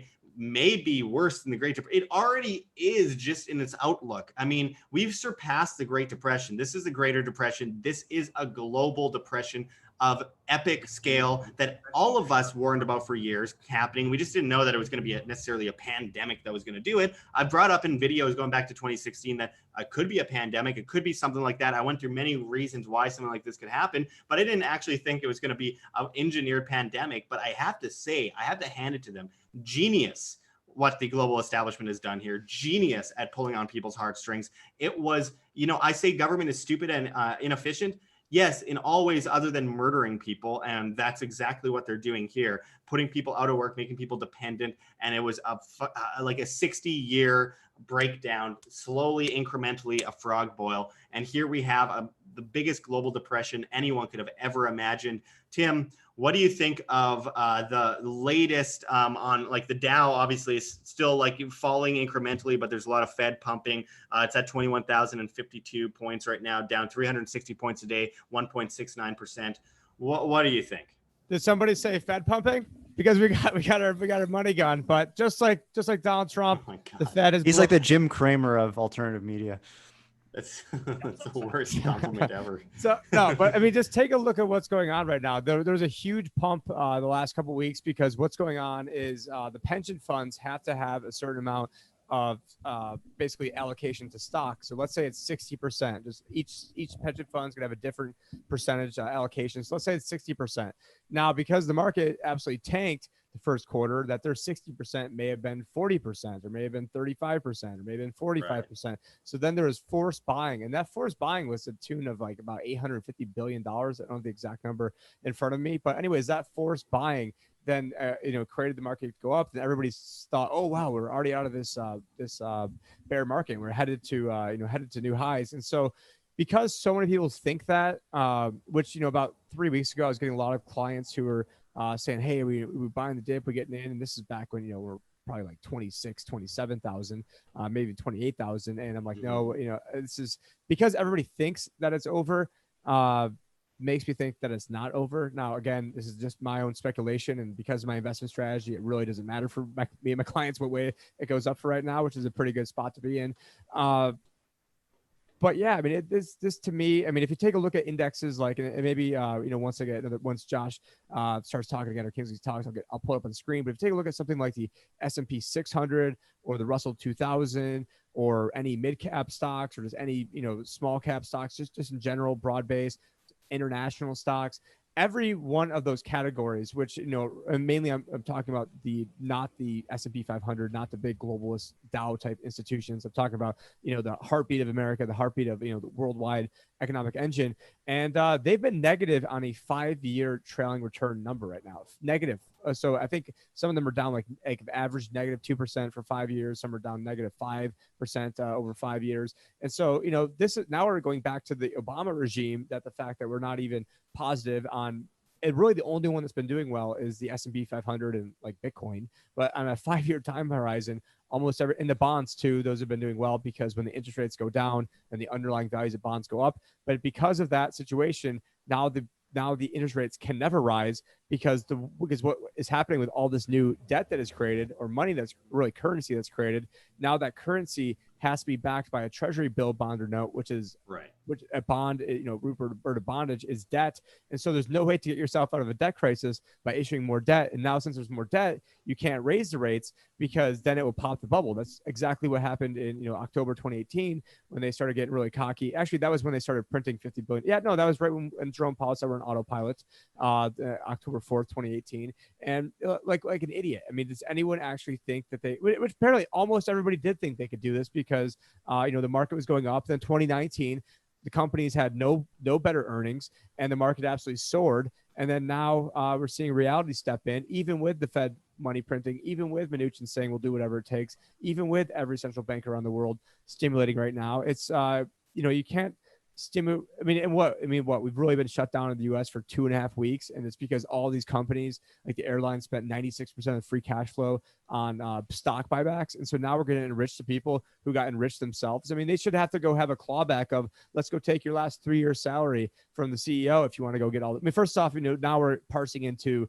you know, government intervention, but, you know, I'm just trying to make the lesser of it. If we're going to make a bad decision, the CEOs and all these hedge funds, guys got super rich. They should, why don't you, if you guys, your stock went up 20, 30, 40, 50% because of stock buybacks, guess what? Sell your stock, raise the cash back, and then that you should take consequence of that. So now it's like hurting guys like me who I sold my house. Now I'm renting strategically. Then of course now my landlord's like, oh, because of this crash, we need to sell your house. I'm like, well, I literally told you the only reason I was owning a home and I sold it because I'm waiting for the crash. So you guys should have took my advice 1.5 years ago for at least my landlords right now. Yeah. So like you guys are honestly going to think you're going to sell the house at the end of June when you get it, or by the time you get it, it'll be like July in Phoenix. I mean, who wants to move to July in Phoenix? There will be some predatory people that come in when the price of the house drops like a rock because of the Airbnb bubble, multiple things. I mean, there's housing bubbles across the country. There's many issues that have been facing the housing market for years, and it was only a matter of time for there to be a catalyst to bring down those dominoes. And right now we have 20, 30, 40, 50, 60 mortgages owned by many Airbnb hosts, super hosts, and stuff like that, and they have no customers, zero customers, and in many countries they're completely shut down, so they have no way to pay their rent. They're out of money. They have no way to pay their mortgage, and eventually push is going to come to shove, and that's going to be dramatic, the tidal wave that's going to cause. Doesn't this seem like, oh sorry, finish. Well, I think that there's a chance that we could see something like Airbnb completely collapsing. Doesn't this seem like the perfect storm for Bitcoin and cryptocurrency? So especially with the halving coming up in May, and a lot of people now are sitting on cash on the sidelines because they've cashed out, you know, from the stock market or even their 401k plans potentially, and so now we'll see this, you know, potentially hyperinflation or whatever, at least more inflation than we're typically used to. And it seems like crypto has a real good fighting. Well, yeah, right now Bitcoin is sitting at $6,841, which isn't great, but it's amazing compared to, I mean, just in comparison with last year at this time, and I mean 2 years before that. And you know, honestly, I think that we're on a very good timeline here for something like cryptocurrency, especially with the May 14th halving. I do want to add, though, that, I mean, Bitcoin has been trailing alongside the stock market quite a lot lately, but it seems to be slightly starting to resist the major pullbacks a little bit more and more lately. Like at first, we just saw a bloodbath, and we lost, I think, 50% in 1 week or something. No, it dropped all the way to like 3,800, I think, at one point from 10,000, which is like insane, which is like December 2017, January 2018 style collapse. But with that said, I think that as we enter the halving and as we see massive printing, it's going to lead to a major a large amount of people flooding to things like Bitcoin and other cryptocurrencies. And I've been telling every Mexican I meet about it right now. And obviously Ethereum's at $144, XRP is at 18 cents for some reason. It still exists. Bitcoin Cash is at $238. Satoshi Vision's at 178. And of course, good old Litecoin is at $40.57, which it just amazes me. Yeah, and then when I mean, I was on record saying that Bitcoin would go down 50-80% in the initial phases, but that didn't mean that I didn't like crypto or didn't mean like Bitcoin, because then exactly what we're seeing happen right now, the Fed coming in, with all the, the $6 trillion, with all the other central banks coming in, they are setting us up to, for the perfect storm for crypto, as Kingsley was referencing. And then also we take a look over here at the crypto fear and greed index. And right now we're sitting at a 12, which is extreme fear. And pretty, not financial advice, but what I would say is almost every time it's been at the level, it's been a pretty good time to buy, in case the SEC is watching, past performance indication of future returns. But if you do end up making a lot of money because you're sitting on some bags, I do have trust strategies where you can sell your crypto into charitable trust, legally avoid all capital gains. So for every $1 million, you're talking over $238,000 of savings, plus tax deductions on top of that. It's really a sweet deal. The older you are, the better that deal even gets. And then also we have crypto IRAs as well. So I'm able to help get crypto into retirement accounts. So the real play on this one is you have a Roth IRA. Let's say you throw 25 grand into a Roth IRA. It's in Bitcoin. Those gains are all then legally tax-free upon retirement. There's other special caveats where you take it out for first-time home purchase, blah, blah, blah, some other caveats in there. But for me, the reason I was thinking of this in 2017 is when I was doing this, where essentially if people are coming up to me, they're like, hey, let's cash out our 401k. And I'm like, well, if you cash out your 401k, and I was using an example from January of 2017. I'm doing this off the top of my head right now, but January 1st, 2017 to January 1st, 2018, if you had cashed out your 401k, you would have had about $890,000 a year later. But if you would have done a Roth conversion, you would have had $1,033,000. So you're talking about over $100,000 extra dollars. In my example, in your example, you had to give the government extra money in terms of the penalties. You're actually giving the government extra money. You also get the private keys. So it's just the time to do it is now, not when it goes up to 20,000. And so that's not like that weird mentality that a lot of people have. It's a psychological thing where people want to buy at the top and sell at the bottom, and it's just out of fear. It's fear and greed. It's literally fear and greed every single time. And a lot of people don't know. You don't have to buy a full Bitcoin. You don't have to buy a full anything. You can buy $10 a day or whatever. Not financial advice, but dollar cost average, people. I mean, this is time and tested, especially for cryptocurrency. And it just, the time is now. I mean, and honestly, by the way, if you want, you can become a client of Tim's by checking the links below at www.thelibertyadvisor.com. Check those links below. So hit that like button if you haven't already. Can I address one of the haters in here? So it says Josh was talking about total control and an NWO system, and Tim is selling services as things would go on as normal. So let's say let's just unpackage what I was just saying. So if you had your retirement right now, which is completely in the system, what I'm saying is if you had it into cryptocurrencies where you have the private key, and if things go on as normal, actually I'm betting on things don't go on as normal and those investments skyrocket, and then there's no way for the government to confiscate it because you have the private keys. And so what I've just helped innovate is an escape route. And then here I am getting people who are just pissing on me for thinking, oh, this guy is just trying to get everyone in the system. No, a lot of people are already in the system, and I'm how bridging them out of the system and putting them on a much better path. And sorry I didn't, pimp things harder back in February, where if you would have listened to me, you would have, made 25 last year, down 5 this year. What other financial advisor on the planet's done that? So to see me, getting these, all these crap comments or people saying I'm a sheep. Sheep for what? I mean, that doesn't make any sense. I mean, just because I have a background in financial services as well, wealth management, and I wanted to get into what exactly you're doing, Tim, because it helps so many people. And as far as I know, I mean, there's very few advisors out there that even know what money is, where it comes from, how the markets work, what the Federal Reserve is actually doing. They're all just reading CNBC and all this kind of stuff. Right. So I mean, someone like with the expertise of Tim and maybe a few others, I still have yet to find really. Maybe Schiff, I could have said Peter Schiff maybe years ago, but now that he's been anti-crypto, I don't give him any credibility. Kirk Chisholm that Tim interviewed recently is really knowledgeable and all this stuff too, and I advise people to check out that interview. We're both on the same team. So I mean, basically, the guy that owns my advisory firm is he's ranked 7th most influential advisor in America. I don't even bring that up. So it's more than just me. over here. And so the firm's Innovative Advisor Group, I'm the Liberty Advisor. It's just my personal moniker. But, you know, I've surrounded myself with other people that are experts, and I really think that we can help. I mean, there's just so here I am, like, as I'm picking up all my Trump like fake money dollar bills over here, talking about wealth management, helicopter services. Money, and obviously, yeah, your network is your helicopter's not enough now, Josh. They actually said that we need to have B-52 bombers dropping off money. I forgot which government official said that, but yeah, the helicopters. That's not. This requires much. And a new meaning to a money bomb. Yeah. Oh my God. Well, so hit that like button if you haven't already, guys, and check those links below, and you can become a client of Tim's. There's a lot more to get into. Rainy Steps sent Canadian $2.79 in the chat again. Says, great to see you young guys so on the ball. I really appreciate that, as always. It's always a factor of how long you just focus on one thing and really put your head in it, because a lot of people will find out at like 65 years old, they start looking into this stuff, and within 2 years, you got a good hang of it mostly. But I mean, it just depends on when you start. I started when I was like 10, so I just had a head start. But a lot of people start at 20. A lot of people start at 30. Doesn't matter if you have a couple years, you have a little bit of time to focus on a certain issue. Then you can really. You and I were like 24 years old, and you're starting off at 10, but it was the same time frame. So it's just. Yeah, well, 2004 to 2006 is really what my awakening. But Clifford Taylor sent Canadian $3.99 in the super chat. Thank you very much, Clifford. And he says fist bump with a funny sticker thing. All right. Appreciate it. Thank you very much.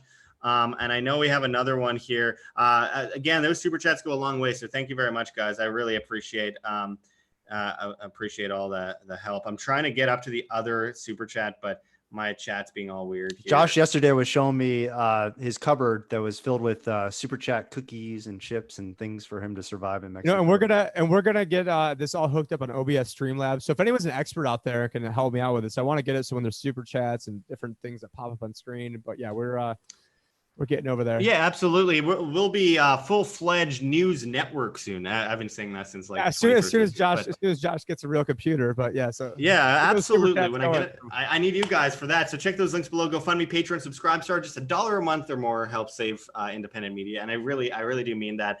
Rainy Steps sent another Canadian $2.79. It says, at what point do the super rich start to worry? It depends on which super rich, because I mean, right now, Bill Gates is getting himself ready for a huge payday, probably engineering some vaccine or something off of this. He did step down from Microsoft along with like every other major CEO in the world at the same time to focus on vaccines. I wonder where he's going with that one. And then somebody was in here was asking, I'm trying to get back to it. Oliver Warmflesh, can you send me a link about how you are routing your audio via the Zoom? And basically within Zoom, you can go live directly to YouTube. So it's just within the Zoom app itself. Not that it's a different question, but yeah. Right. Yeah. And by the way, Rainy Steps in another Canadian dollars, $2.79. Somebody asked, you guys. Keep it up, guys. And I really appreciate that. Thank you so much. Yeah. We got Vishnu Nath says, where is John in the conversation? So he is in the chat right now. He's busy building 5G towers. He told me he can come on in about 10 minutes. I said I can't guarantee we're going to be on forever, but if you want to. Well, Kingsley's eventually going to have to go. So if he wants, he can step out, and then we can just bring in John Snyson. But nonetheless, Kingsley, I do want to talk to you quickly about Float before we go on any further here. Let's talk about float.app, flote.app, you know, the future of independent media, and something that I believe is going to be crucial in this complete control grab that we are witnessing before our eyes as people are thrown in their homes, their properties are taken over. We're seeing fascio communism rise up, censorship on the rise. They're taking down coronavirus videos like crazy on YouTube with artificial intelligence deciding these things. Tell us how, float.app aids this serious issue. So my mom and actually one of our co-founders, they just logged into Facebook. It's been a while. They don't use Facebook much anymore, and they both got flagged. One got flagged for a post in 2011, so they can't go live on Facebook for 30 days. And my mom got flagged for a post from 2012. No idea what the post is because it doesn't even show. And she can't go live for 30 days either. Not that they were planning on. But it's just this crazy, control grid censorship that's, again, involved with the government, involved with this whole weird hate speech thing. So at Float, we really built this for ourselves, for our family, because we want to communicate freely with other people. We're social creatures, and we need to get the word out because we know that the mainstream outlets are lying. We know that even the mainstream fact checkers are lying. When it comes to, go ahead. What? What? They're lying? Are you kidding me? Yeah. And so really, I mean, it comes down to people like Josh, like Tim, that help spread the truth. And now, these YouTube, Facebook, Twitter, these platforms got big because we found out how powerful social media is, and how networking online, how powerful that is, and how it can spread important information quickly. And they started clamping down on that, just a couple of years ago. And so we developed Float as a place where people can still share things, with our social network. We have encrypted messaging, Twitter, Facebook, all the main ones. That they all spy on your direct messages. So when you think that you're actually sending just your message to your friend or your significant other, it's also going to their central servers, their censorship team, and probably the NSA and other intelligence agencies too. Twitter has already been caught with a couple of intelligence agents from Saudi and the UK on their team and advisory teams and advisory boards. So we're here to fight back online as an alternative place. You can live stream on Floats. We have the social networking aspect, the encrypted messaging, as I've mentioned, and we're actually planning on launching a Float market next week. Hopefully by the end of next week, we'll be live with that. So we currently support. So we have a Patreon system built in, so you can subscribe to people like Josh for Bitcoin. We're adding a way so that you can buy Bitcoin directly on the site with your bank card. And just a lot of exciting things. We just want to build basically what social networking should be online, in a place for people to communicate and interact freely. Right. If you haven't joined float.app yet, I don't know what's taking you so long. We're seeing the complete muzzling and censorship of the populace right now on a scale that we haven't seen outside of the USSR in recent history. And yet we have alternatives, and the alternatives need you on those alternatives to grow. And so it's you that creates these alternatives, just like independent media created YouTube. It wasn't the Hollywood. It wasn't the musician. I remember I would be surprised if I'd see a musician, a famous musician on YouTube early on. I remember I was on YouTube in 2005, and I remember watching. It was just independent people. I found Luke Rudowski on there in 2006, Dan Dix in 2006, Adam Kokesh, and people like that, and people creating videos on the streets, interviewing people, going to events, doing news that was different from anything I'd ever seen before. It created a revolution, a thought revolution, and people don't give enough credit to it. Justin Bieber too. And it's completely shifted. In the last couple of years, you don't even see these people anymore. You only see Fox News, CNN, MSNBC, all the garbage globalist, mainstream medias that are covering up pedophilia with Jeffrey Epstein. They're covering up for these criminals, promoting massive all-out war and slavery. And then people say that I'm inciting violence by saying, let's not hurt each other. Let's defend ourselves, but let's not hurt people, go around killing people. And that's inciting violence. I mean, the doublespeak, the Orwellian doublespeak is on full display. And it's like they're reading 1984 and they're like, how can we do this as close to the book as possible and just laugh at it and watch as everyone eats it up, despite having all the warnings necessary. As I always say with Float.app, it's replacing Facebook, YouTube, Twitter, Twitch, Tumblr, Reddit, and Patreon all in one, with encrypted messaging for privacy, monetization on videos, which is coming back soon, and then obviously super chats and crypto on your live streams, as well as no algorithm. And that's really important for reach. No fees too. No fees. And also the privacy policy is ridiculously easy. It takes 2 seconds to get on there. So I'm at Josh Sigurdson. I'm also at WAM, W-A-M. Tim is at the Liberty Advisor. And obviously Kingsley is at King, because he declared himself King of Float. So I definitely think everyone should definitely go on there ASAP, because seriously, how much time are you going to waste before it all really starts to come down? So anyway, I really appreciate you going into all that with us, Kingsley. And there's a lot more to talk about. I don't know how long you want to stick around. We still haven't heard back from John yet. He told me 5 minutes about 3.5 minutes ago. So okay, so we got 1.5 minutes left.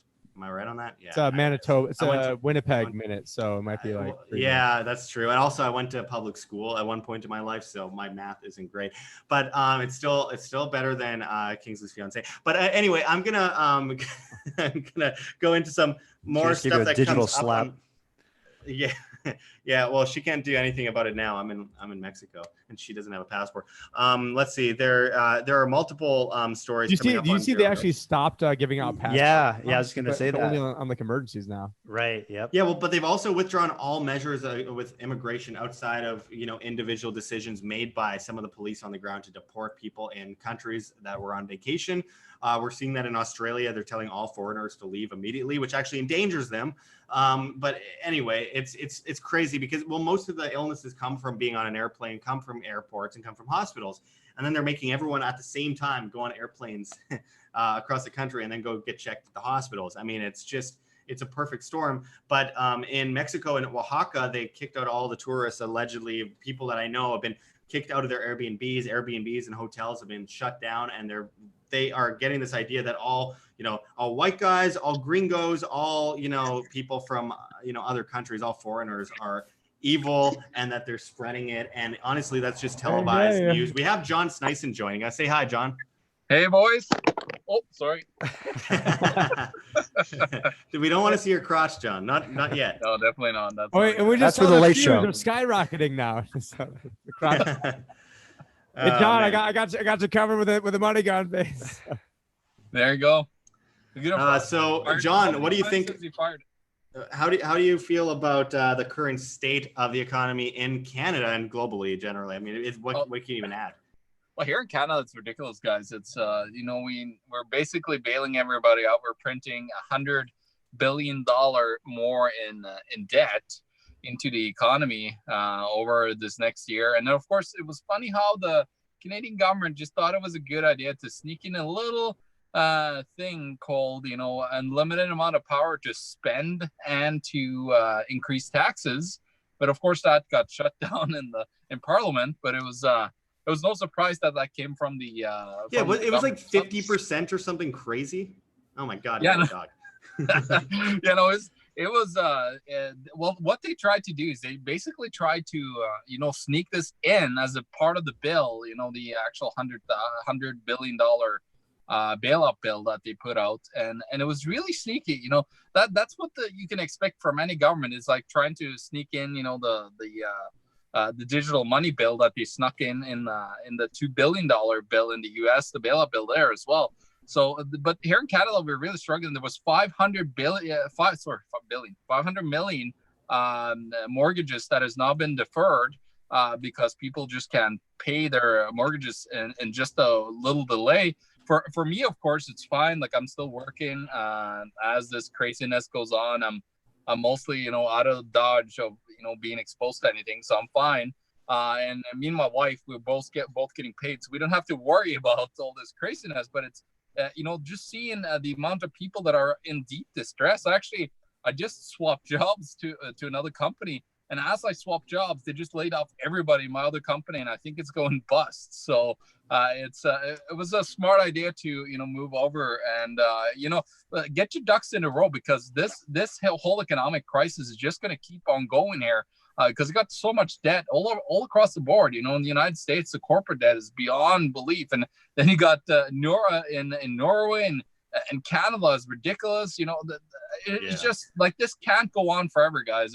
And all of you guys know, how this whole Ponzi scheme is, on its worst, because you can really see that, they're really starting to struggle now. Like Kissinger coming up with a message like that. I was listening to what you guys were saying. It just tells us, it's very telling that, they're really shaking in their boots. The Komu fascists, as you call them, they're really scared of their whole world order falling apart, because you're seeing a lot of nationalism. But not only that, you're actually seeing individualism and people being told that, oh, maybe it's a good idea to, protect yourself, to be, an individual that have food and not being dependent on anyone. Those ideas are coming out in big time right now, because people are seeing it, that also like, oh shit, going to the store is a problem. And that's I was just like Selkirk, Selkirk, Josh. In Selkirk, they have rationing on food in the Safeway there, where they have like, oh, you can only buy 2 things of this, 6 things of that. At least you can buy Bitcoin at Safeway. Can you buy Bitcoin that's happening at Safeway? You can't get Bitcoin in most Safeways. I don't think in Canada. It's mostly in. Yeah, there's a Safeway out. Like I'm in the middle of nowhere, and there's a Safeway that's like less than a mile from my house, and I can buy Bitcoin there. It's pretty great. What the coin right? But I do want to note, like, a Coinstar machine. I do want to note that I mean, with what we're seeing in Canada and everywhere, we're seeing Canada just come a little bit later than the United States. So everything that happens in the U.S. happens in Canada like 2 weeks later. And so the food rationing started kicking in probably at about the beginning of March in the United States. And then in Canada, people are like, there's no problem with toilet paper. And then they watched American news and everyone rushed, grabbed the toilet paper. And there's no toilet paper. I do want to can't find it anywhere. I do want to quickly say Kingsley Edwards needs to leave. So thank you for joining us, Kingsley. We're going to go on with the show here, but say goodbye, Mr. Float. Yeah, thanks for having me on, and join float.com, join flote.com. See you later, John. Sorry. .com? You got .com? You got the .com? We got joinfloat.com, yeah. Oh, joinfloat.com. Okay, yeah. Or float.app, which everyone already remembers. Yeah. All right, good to see you. Talk to you soon. See ya. All right. So, John, you mentioned something that I find pretty interesting, and that regards the issue of the digital currency legislation that was written into the Canadian budget a while back, or not Canadian budget, into at this Bank of Canada. They were talking about trying to combat things like Bitcoin and quote unquote illegal money with their own digital currency system. And I think this so perfectly ties in with what Trudeau says, a respectful basic dictatorship. China, the creation of a global technocratic superstate that we've been talking about for many, many years now, about half a decade at Wham. What do you think? No, I think this is the perfect timing. As you can see in stores too now, actually here at Sobeys that I was just sitting in the parking lot actually right now.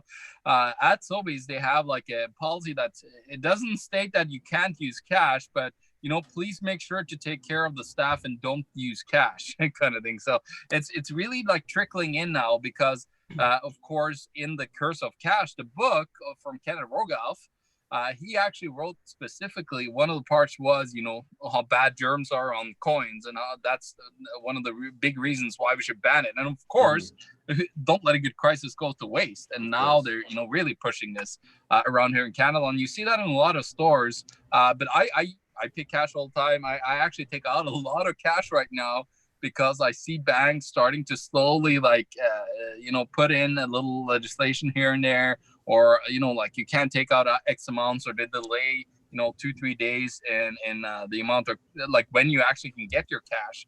So you're starting to see a lot of problems there in the supply chain of cash. And there's actually a decent amount of cash in Canada versus the United States, for example. Canada had, I was very surprised actually the supply of physical cash has gone up in Canada. Coin. I was not looking at the M0 because the M0 is garbage now because you have like on there's now there's central bank reserves for the banks, which is just digital money.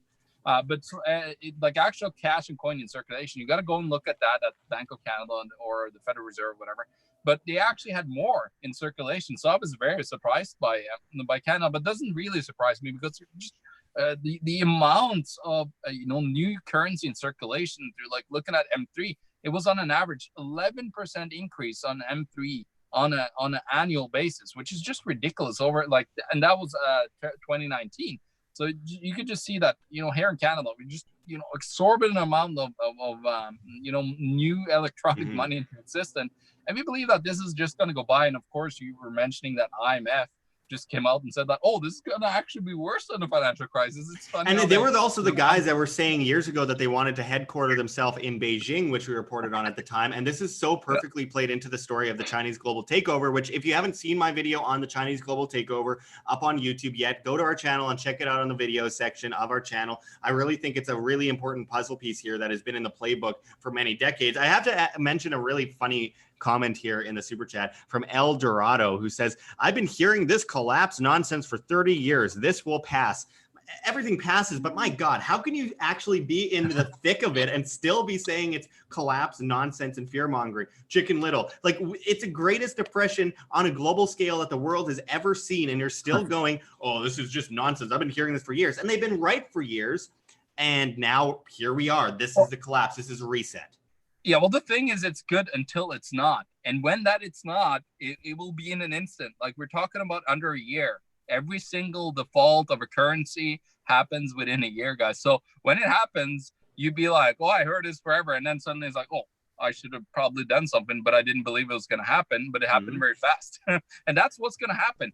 Believe me, like when people see, and with all these new, monetary policies coming out, especially from the government with UBI and all this push that's coming out now. It's funny how it comes from Trump, old people, and all these, Republicans. But what you're seeing is that when these policies comes out, when that money starts circling into the economy, believe me, you're going to start to see, you might not see, like, I hope that people are going to go and buy gold and silver with that money. But please, guys, go out there. It's just my opinion. No investment advice, just your opinion. Legal jargon. Well, I mean, totally. And by the way, I just want to give another shout out to Rainy Steps for sending $13.99 in the super chat. Let me get your actual message up here. She says, "Say hello to John for me." Well, hello, John. Rainy Steps says hello. Hello. I really appreciate the super chats, guys. Makes a big difference. And if you haven't already, hit that like button. Makes a big difference with the algorithm and helps get people on the live stream interacting with us, like all of you here. Obviously, the chat's very busy. Eldorado says, I have lots of gold and silver, and it's still worth the same as I paid 10 years ago. No, it isn't. There's a little thing called purchasing power, and there's a difference between a currency that's devalued and something that you're playing up against a currency, but in its actual conservation of that value, gold and silver. If you look at any other currency, Josh, than the US dollar, gold and silver is at close to or near record highs. So it's people that say that gold and silver hasn't made any headway. Well, the problem is you're looking at, like, you're measuring against actual paper contracts that you have potentially have like 300-400, who knows how many more contracts per physical metal, and you believe that that's going to be the physical price. It's utter nonsense to look at the US dollar price, but that's what everybody's looking at, and that's what they want to do. They're talking about coming out with all kinds of derivatives on Bitcoin and other crypto as well, right? They want you to look at the fake price that they put in with their ETF or whatever, and then have you ignore that. You're actually paying like 60-70% more for the physical price of silver and gold right now at the bullion dealers. So it's like, looking at that price is just utter nonsense. You got to look at the actual price that they have now, and as even the gold bullion dealers, they have, even here in Canada, on top of the actual high price that we have, there's 60% almost on top of that. So you're looking at that, in total, it's just like gold and silver is at way record highs right now in other terms than, of course, the fake US dollar price of it. Absolutely. And Tim, I just sent you 2 articles there that perfectly breaks down exactly what I was talking about regarding China. I sent it to you on Facebook in our WAM chat. And first of all, I as I've mentioned, I believe that this is all part of an elaborate scheme to create a Chinese global takeover. The New World Order, I believe to be China, mixed with all these other countries in the world, but they are the global powerhouse that's pushing forward the fascist communist technocratic state. Conspiracy theorists. But look at this. This just came out on Zero Hedge. It says UN blasted as absurd and immoral for appointing China to key UN human rights panel. Now, we were talking a bit earlier. They tried to put Mugabe in as the head of it before he died. UN, though, like what else do you expect from the UN? And the Saudi Arabians too. Yeah, and I believe they had Venezuela in there too at one point. Well, it's just ridiculous. Yeah, look at Maurice Strong, for example. The guy that was behind the whole sustainable development movement. He actually, his last days he spent in China because he was, he had been, stealing money from some oil stuff in the United Nations, and he had to hide out in China of all places. Come on, you believe that these guys at the UN has any? Like the UN is the worst. So like you think that US politics and Canadian politics are bad? Go to the UN. That's the worst of the Go worst. to the one. Go to the one that inspires the U.S. and Canadian politics. And right now, I believe that the United Nations is trying to, as I mentioned before, they wanted to put the IMF headquarters in Beijing. I believe they're trying to create a major power shift here. But I find it interesting because the UN really, really seems to love China and has really, really been trying to, follow along with China's lead for quite some time. They're two of the same. They're two of the same, right? And this is the thing is. We really believe that and this is the thing. I think actually is it one of the heads of the World Health Organization from Ethiopia, and he was like a communist dictator down there. Yeah, we were talking about that a bit earlier. We pulled up that article earlier, an article out of Zero Hedge that says, was WHO Director Tedros a top member of violent Ethiopian Communist Party? Yes. Well, Josh, what's interesting, what people should really look at is, remember our video that we did, like this is a very old video that me and Josh did together maybe like 2 years or so ago, the global tentacles of the UN. Many tentacles of globalism. Globalism, yeah, there you go. That was, I think, 2016. Yeah, and we went in great detail on what the UN has put in place, because they basically have a pseudo government in place already, so they could just take over at any time that they get the go-ahead from everybody, every nation state bowing down to them, because they're really desperate. Actually, this is one big thing that just happened in the European Union that moves towards that, Josh, is that they're wanting to issue what's called Corona bonds now. I don't know if you guys went through it or not, but the Corona bonds is not like the regular bonds from Cyprus, from Greece, from Germany or France. It's actually a euro bond, and it's going to be spent by everybody in the European Union for Corona, situations. So basically, they're now creating euro bonds, which you've never seen in history before, and that's what they're trying to push forward in the European Union as well. So you've seen all this whole globalist pushover now. They really want. And with the World Health Organization, you're just drooling on having that mass inoculation for everybody with the new coronavirus vaccine coming out.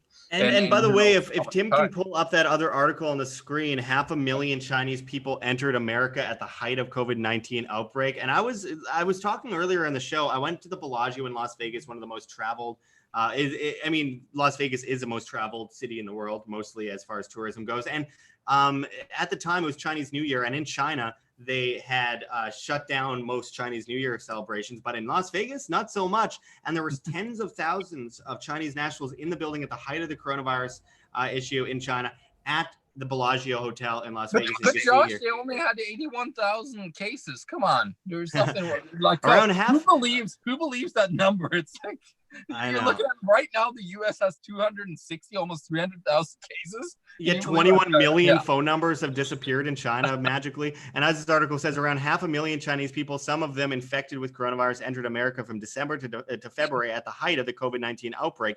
New figures show. New figures, that was obvious from the beginning. But also, I do want to mention a comment in the live chat here because it's funny. It's from Eldorado again. He's sending some funny comments. He says, they have trillions more they can print to paper this over.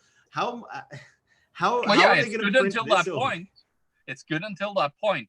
Like, that's what I'm trying to say. It's good until the SHTF happens, and then it's not good anymore. Well, at least we have lots of toilet paper. We have lots of toilet paper now. When that. Well, the thing here is that I can't even. I'm in Canada. I can't even use the currency as toilet paper. Like, what am I supposed to do with it? Especially that new one they have, where it's like a little coin with like the rainbow coin or whatever you guys got going on over there. Oh, we got lots of fun little things that they have over here in Canada with all like it was like Trudeau that put some things on the. I don't know why he hasn't put his unicorn on there yet. Actually, talking about unicorns, I'm trying to get the predator himself to come, and I put my poor dog a unicorn outfit on him. So I'm gonna try to catch Trudeau some kind of way with my unicorn. I want to mention El Dorado. Look, no hard feelings or anything, but it says the U.S. dollar has a lot of power over the world. They can print trillions. I'm not a troll, really. I'm not thinking that you're a troll. I just think that you're generally wrong on this because, I mean, we're talking about the biggest global reset ever in the history of mankind. You can't even compare it to anything anymore. You can't say this is the new Great Depression. This is a new 2008. 2008 looks This like is the most nothing beautiful, greatest, hugest depression ever, Josh. The most Yeah, fantastic. I mean, the perfect. US dollar having a lot of power over the world, it means nothing when the US dollar has no value. And it's losing face So it's like fast when the whole Trump, country like a month collapses. ago, Trump said something along the lines of somebody asked about the debt, and he was like, "Who cares?" This is actually probably this is February. It's right at the height of all the Make America Great Again. He goes, well, "Who cares about the debt? We've got a country now." Well, it's funny because now we've got a gigantic ass debt and no country. We're in a country with that now. Yeah, great. And now everyone's walled in like a prison. Tanis Loescher sent Canadian $10 in the super chat. Thank you so much, Tanis. Thank you so much. It goes a long way, and I really do appreciate that. We aren't really monetized much anymore at all. Really big, making like $1, $3, $5 the most a day on actual monetization. It's the super chats that are keeping this channel going right now. So thank you so much. And people can check the links below and join our new newsletter at www.iamband.com. And Rainy Steph sent another Canadian $2.79 in the super chat. If I could find your message somewhere in here, I'm having a hard time finding it. Oh, there it is. 9/11 on steroids. Yeah, I would agree. This is like, you never let a crisis go to waste. I mean, 9/11 was a huge crisis that led to millions of deaths. This will likely lead to millions of deaths, but mostly from poverty, not as much from the coronavirus. Coronavirus is dangerous, but nothing compared to what the aftermath is going to be, the waves that will flow after. They're creating massive dependency on the government. That's what they're trying to do here with, enforcing the UBI after they took away their job. Well, actually, basically, it forced them to stop having their jobs, right? So it's very, and also the COVID-19 was very interesting how it came in at the peak of unrest around the world. Remember, we've been talking about unrest all across the world, Peru, Lima, where Ecuador, France, Hong Kong. It's very convenient to come out at this time. And now, of course, they're banning left, right, and center any gathering. Like in Germany, it's like 2 people gatherings. And in Norway, it's 5 people. Here in Manitoba now, it's 10. And you're just seeing this like, it was so easy to put this together because now you literally can legally, stop people from going out there and protesting and being mad. Actually, in France, they're not really following that because they're actually out there. I've seen a bunch of times, protesting, which is good for them. They're standing up against their totalitarian government over there, Macron, which is, of course, a Rothschild banker. Came from the Rothschild and Company Bank. Literally, so, we're not just saying that. He actually literally is. Yeah, go on. It's on his LinkedIn profile, that he worked for the Rothschild's bank. So, it's just hilarious, like, to see like these characters around the world that are trying to run us, and then we really believe that these guys are going to take care of us. Come on, like, after all we've seen so far over the last decade, with all the mess that after the financial crisis. We really believe that these guys will take care of us. Like, it's so funny how we suddenly, like, a lot of people just suddenly turn 360 and just like, yeah, they're taking care of us. All this is for the cause of the good. And they really care about us, the government, suddenly, for some reason. It's like, come on. Yeah, the government, the biggest murderer in history, the biggest polluter in history, the biggest thief in history, the biggest, controller, I guess you could call him plantation owner in history, is there to help us suddenly, even though we've got thousands of years of history to learn from that shows that the exact opposite happens every time the government says, we're the government and we're here to help you. And that's one of the most dangerous sentences spoken in the English language. Tim, with these comments about the US dollar possibly holding up and because it's so powerful worldwide, what do you think about such claims by people who say this will all blow over eventually? Yeah, I mean, even Ben Bernanke said, like, well, he's like, oh, this is a snowstorm. It's just going to pass. I mean, I'm from the snowiest city in America. You guys are both from Winnipeg. I mean, actually, John's from Norway. That's even worse, probably, in terms of snow. So, yeah, so we all know something about snow here. And, I mean, is this a snowstorm, guys? Like, just throw down some salt, just get the snow plows out, have your kids go snow blow the driveway, go shovel the driveway. No, this is going to be around forever. Everything that in terms, when I say be around forever, I mean all the government policies that have now been instituted, those are going to be around forever. And in terms of the dollar, I mean, I did think that initially the dollar would get stronger throughout all this, which was a big contrarian thought to a lot of people, and that's exactly what's happened. And I think it will continue to get stronger until eventually that strength will end up becoming weakness, because what's going to happen is other countries that borrow in the dollar, which are most countries, if the dollar gains 30, 40, 50% against that currency, then now it takes 50% more of your depreciated assets to that, or currency or income. And now you don't have a job, or your tax revenues of your country, those have dried up. And so this is eventually going to spiral. Not eventually, this is already spiraling out of control. We see the GDP numbers right now. So we have massively increased the debt, while especially the deficit, while greatly decreasing the revenue. And so that is a recipe for disaster. And really, double whammy. Yeah, double whammy over here on Wham. So we got triple whammy over here, maybe. So yeah, we got so many crazy things going on, like all at once. I mean, it's really the pace at which things are devolving is even quicker than what I thought. And I was I didn't think, especially February 11th, when I was giving that presentation, all the things that could go wrong once there's some sort of black swan. I didn't think that, 2 months later, we would have, a Fed's balance sheet approaching $6 trillion. And matter of fact, I think, and especially, I probably thought it was gonna be a lot closer to that than anybody at the Federal Reserve. And so, I doubt, any of them knew it. And so Bernanke is also, and I think you and Luke may have covered this today, John. So I just saw the headline, didn't actually see what was going on. But what is it? Bernanke is, he's at, was it Fortress Capital, or what's the Citadel. They're one of the big hedge fund algorithmic traders, probably one of the biggest flash traders in the world. And I'll let you talk, John, because you're the one. Ben Bernanke is the senior advisor of this company, and it's funny, it comes from the guy that implemented that we should buy more assets, and basically he said in his speech in 2002 that whatever pressures we get in deflationary pressure when all this debt goes bust, we're going to print our way out of it. So that comes from that guy. But it's so funny how he got a job at Citadel right out of the bat when he quit at the Federal Reserve. But that's of course what happens with these guys when they come out. Like, look at where's Timothy Geithner right now, right from the Treasury. That's another guy. Wait, right here. No ways. Okay. Not that, Timothy. Were you a part of that? Tim, get out of here. I was really at the New York Fed. Guilty. Last name's actually Schiff, and not Peter Schiff, like the Fed Schiff.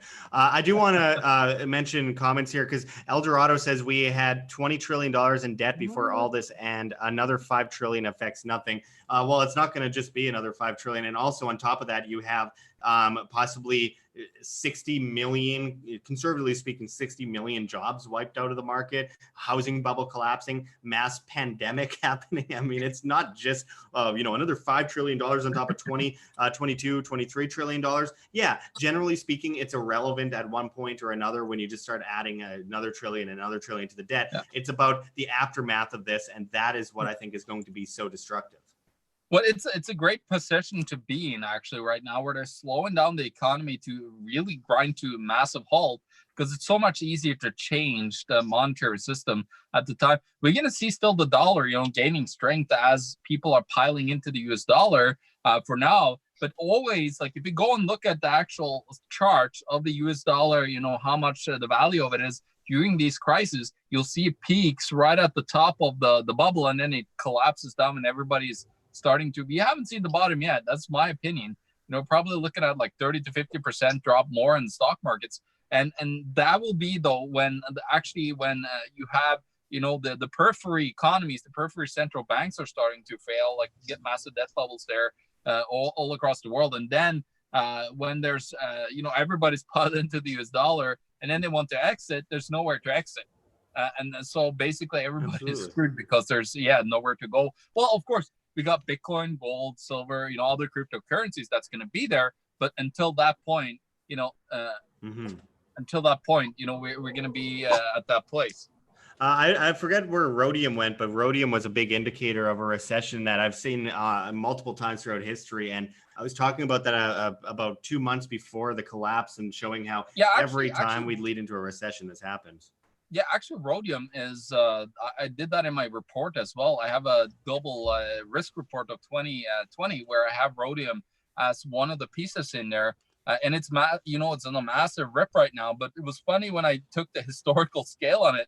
Every time it's a financial crisis, it does the same thing, go in a massive rip and then just collapses down like a rock. Well, it was like a Bitcoin style leg up. And honestly, it was it's very similar to what happened in 2008 or 2007 into 2009 with rhodium, very similar into 2001. Rhodium has this history of moving really big, really fast, really high right before a massive crash.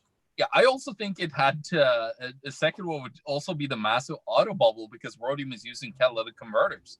So, like that's the massive, true. That's true. Yeah, that's also another, just that, the skyrocketing of it, probably added onto it, because there was that auto bubble. We've reported on it so many times. And, when, where are we going to go? Like all these, look at that price right now, how it's collapsed. I want to say, I do want to give credit to somebody out here. So my good friend, Dr. Frank Tambury, probably about 2.5 years ago, he was filling in for Ernest Hancock of Freedom's Phoenix, and he was the show host. And remember, he was trying to push rhodium so hard, but giving all these different reasons. The guy is a precious metals expert, and he was giving all these different reasons. And to his credit, probably about 6 months ago or so, said I'd actually probably be a seller of rhodium at this point. But he was in like before that big spike. Also, he was into Bitcoin before that spike as well. So, he'd be a great person. He's also a doctor, so I mean, he'd be a good person. And by the way, I interviewed an expert on rhodium, I think in December or November, that was talking about it at the time, and it just started rising. And we talked all about how it could be an indicator for a recession and that kind of stuff. But if people watched that video at the time and got into rhodium, they would have done extraordinarily well. But again, I'm just a stupid shill that doesn't know what I'm talking about. But hey, we got more super chats. Rainy Steps sent $2.79 Canadian. Says Tim is such a great voice for Wham, nerdy face, and thumbs up. I agree. And such a cute boy. Thank you. Thank you. I agree too. And you want to know who else agrees? The Trump money gun. Up. It's jammed. I gotta get it out. Cash bar. It's a very inefficient gun. Conrad sent $2 in the super chat and says, buy 8 tacos. And that is very, very relevant, by the way, Conrad. I really appreciate that. That makes a huge difference for us. So thank you very much for that. And seriously, $2 in Mexico. You could probably buy 8 tacos $2. In multiple places. So $2 is $2. That's right. But I really appreciate those super chats, guys. And if you haven't already, hit that like button. We finally just broke below 300 for the first time since about 15 minutes in, because we're just going on random tangents. But I really appreciate everyone that has joined us throughout this show. We are at the 1 hour and 59 minute mark. I appreciate everyone that has shared this on social media. Hit the like button, check those links, GoFundMe, Patreon, Subscribe Star, joined our new newsletter at iamband.com. And obviously you can tip in cryptocurrencies below and all sorts of stuff to keep this message alive as we face the biggest crunch of censorship on independent media in history. Tim has a fly on his headphones. I feel like I'm like Obama or something over here, like a fly around me that's trapped in my house. He smells like sulfur. But I'm talking Alex Jones meme yesterday, where it was, it's like one of those where he's like, what's that guy's name? Steven Crowder. And he's trying to say, try to change my mind that Hillary Clinton isn't like a sulfur eating demon baby. I actually know a lot of my friends eat sulfur. It's a weird thing. They think it helps their health. I don't know. Maybe it does. But all I know is that it's kind of gross. Just go to Yellowstone, Josh. Oh God, John and I went to Yellowstone years ago, and I felt so sick from being around. It's a beautiful place, but I mean, the whole state just smells like rotten eggs. It's brutal. But anyway, we've got a lot more to report on. I really do enjoy these live shows with everyone tuning in and being able to talk to multiple people and go back and forth on multiple news stories. It is one of my favorite things to do. So I really appreciate everyone that is tuned in today, and we will be getting back at you all with much more soon. We are over 2 hours into the show, and it has to end eventually, guys. But nonetheless, I wanted to get final words from everyone on where they see this insanity going in the next month, because it's hard to even go day by day right now. But honestly, we are facing down the most historic time in our entire lives. And I want to hear what you guys think, where you think this is going in the next few weeks. John, I'll start with you. What do you think? Well, what I think is going to happen, I think it's just going to get worse and worse. Like, the situation is not going to get any better right now. And especially with, the infection rate, you're not going to have governments loosening up at any time soon when it comes to all the restrictions that they're putting out. You're probably going to see a lot more restrictions coming in, potentially more, who knows, here in Canada, you might actually see physical lockdowns, starting to happening. So I think we're going to see a lot more of that. There's some places, some light points that I see actually in Norway, where they seem to, really have just stalled on cases right now, and they're on their way out potentially. So we're really hoping for that with all my family over there. They're still doing pretty good. My mom was lucky, but her boyfriend actually lost his job because he's a hairdresser. So he was just banned from coming to work. But I think I see some light points where, you got to protect yourself and you got to be ready. So I'm personally taking up anything that I can in cash and having it in crypto or gold right now, to make sure that, it's not in the bank, because who knows, like Egypt just recently is starting to struggle, the financial system there. It's all across the world. You're just seeing all these capital controls slowly coming in. Mm-hmm. So prepare yourself in time, and position yourself. This is, of course, my opinion, but you gotta be prepared for what's coming. And I don't see, here in Canada, especially in the North America right now, that we're gonna see any slowdown as of current situation. So I think we're gonna see more of that. And just like I personally, buy, have your weapons. Have things ready, because you never know how bad it's going to get. Like, it was actually where's the Fed's balance sheet going to be? Where's the Fed's balance sheet going to be by the end of next month, John, or end of this month? Let's make a bet. Let's make a wager. I'll put $20 on it, Tim, and then let's try to see her. So let me just do a quick calculation in my head here. $20. I think we're looking at like close to 8 trillion by the, like, very close, like between 7.5 to $8 trillion. I think we're going to be at the end of the month. Where are we right now? Can you pull that chart back up? Yeah, right now I think we're getting very close to 6 trillion. I think we actually did just at 6, because this one is not updated for the last 2 days of the time period. So Thursday, Friday's not in there. So add another 200 plus billion on top of what you have there. So you're probably like looking at very close to 6. I think it's actually past 6 trillion officially with all the other programs, because I've lost control over how many programs is out there now. And I know that you and Luke went through all the different programs that are out there with, special purpose vehicles that they're using to buy all this debt. Like, they're just out of control, the Federal Reserve right now. But I think we're just going to see a massive increase in the Federal Reserve's balance sheet, and all the other central banks are doing the same things right now, where they're buying up debt and all other, whatever assets they get their hands on. I think we're going to see stock, certain things, starting to have to, starting to bail out the stock market in very close nature as well. So, but yeah, that's some of my thoughts of, this next month. I don't think we're gonna see any, ease on the whole COVID-19. It's not a snowstorm. Now that it's hotter weather, it's just going to melt the snow. We're all going to be back in Denver. Yeah, it's all going to be good.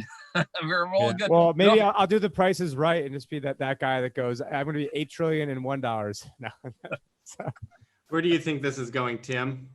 Well, where it's going is my 4-year-old trying to get into the room right now, so I've got to end this. But yeah, we're I would say by the end of this month, I would say 7.35 trillion at the Fed's balance. We got to bet it's $20, Tim.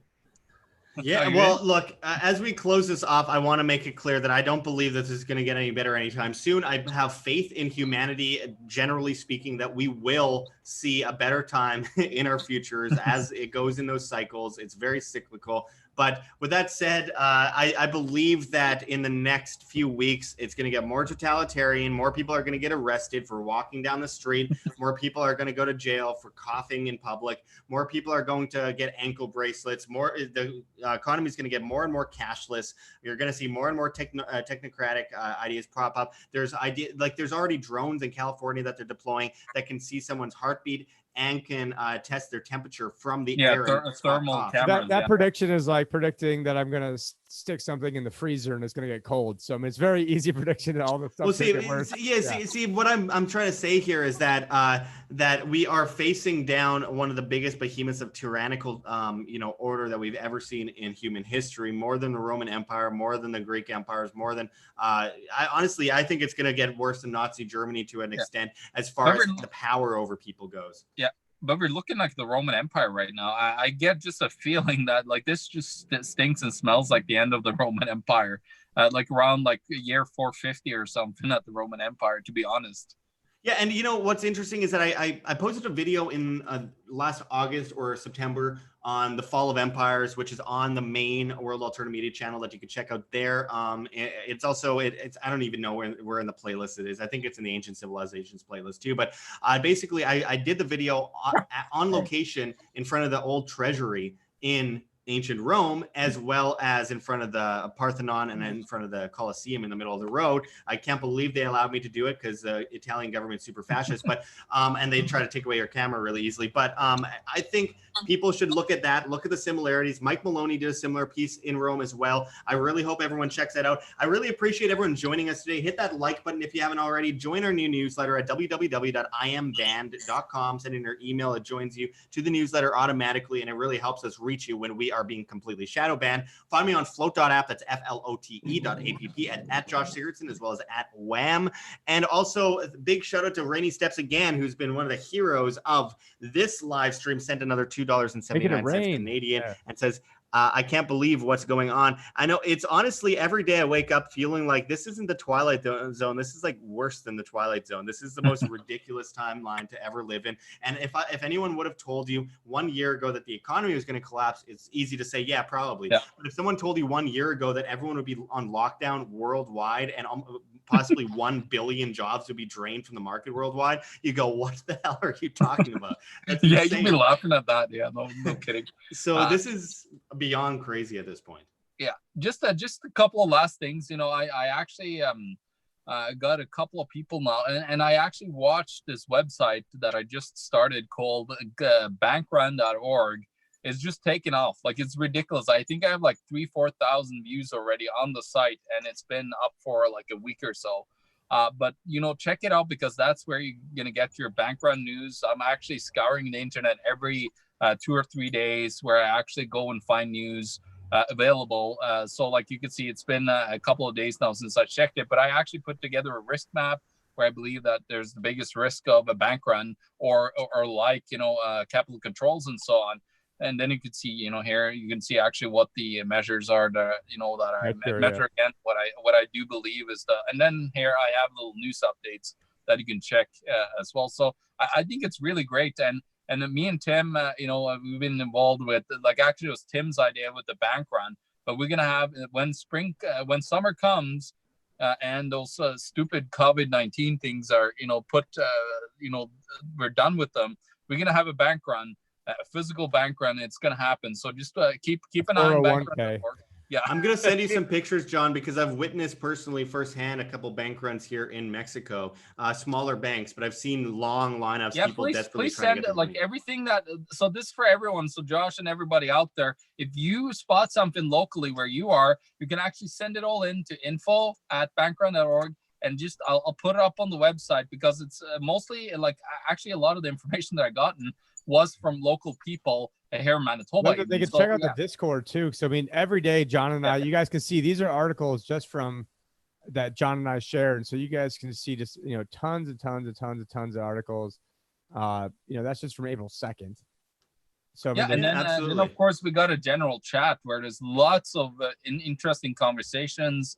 You know, people are constantly you know, chirping in, and there's traders there that, you know, trade in stocks, in crypto. There's bullion dealers like our friend Anton Hayek in there. So you get a lot of great perspectives in there from a lot of great people, on top of all the people that, of course, are participating as new people to this and asking questions and so on, because it's so important to have these tools available for yourself. Because if you don't have that community and the backbone of it, you know, what are we going to do, you know, together to get through all this craziness?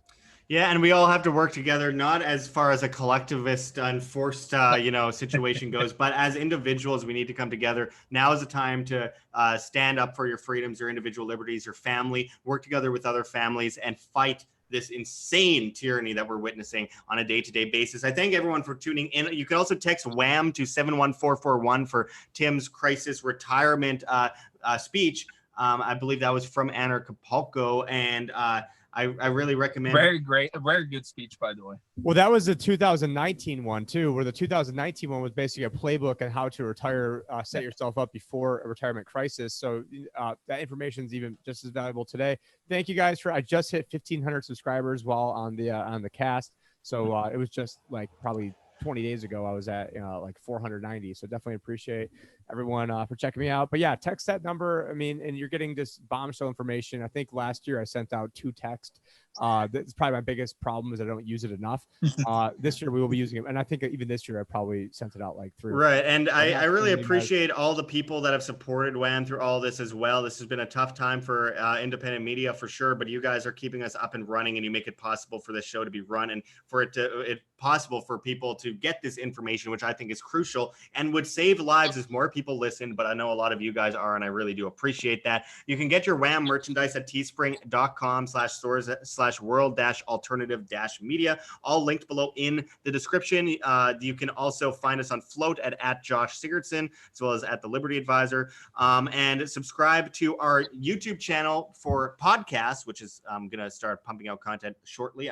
Once I get a new computer. You guys can check me out on Sam Tripoli too. I was on Sam Tripoli Swapcast with also the Conspiracy Farm, just dropping tons of truth bombs on the Fed. Truth bombs, yeah, that's what we're all about here at WHAM. So make sure to check that Truth out. But bombs. definitely go and subscribe to WHAM Cast. That's WHAM space Cast on YouTube, as well as my other channel, Josh Sigurdsson, where I post vlogs. And of course, you could donate through GoFundMe, Patreon, Subscribe Star. Just $1 a month makes a huge difference. And there's a Bitcoin address, Litecoin address, Dash address, and Bitcoin Cash address that you can help support. Where's Monero? WHAM. The people want Monero, Josh. Yeah, well, I gotta add Monero. I'm sorry. And also, you can find me on Instagram because sometimes I post photos on the crap social media. MySpace, TikTok. MySpace, yeah. Oh yeah, my MySpace. I got my my Pixo and. Hey, I should use my Friendorama account, guys, where I found my wife. Friendorama. Oh yeah, if you're still on that, are you? Well, I don't think she wants to hear about that. But anyway, I really appreciate everyone joining us. Hit that like button if you haven't already, and we will be coming back at you soon here at World Alternative Media. Until next time, this is Josh Sigurdsson, Tim Picciott, and John Sneisen signing out from World Alternative Media. Find the truth, be the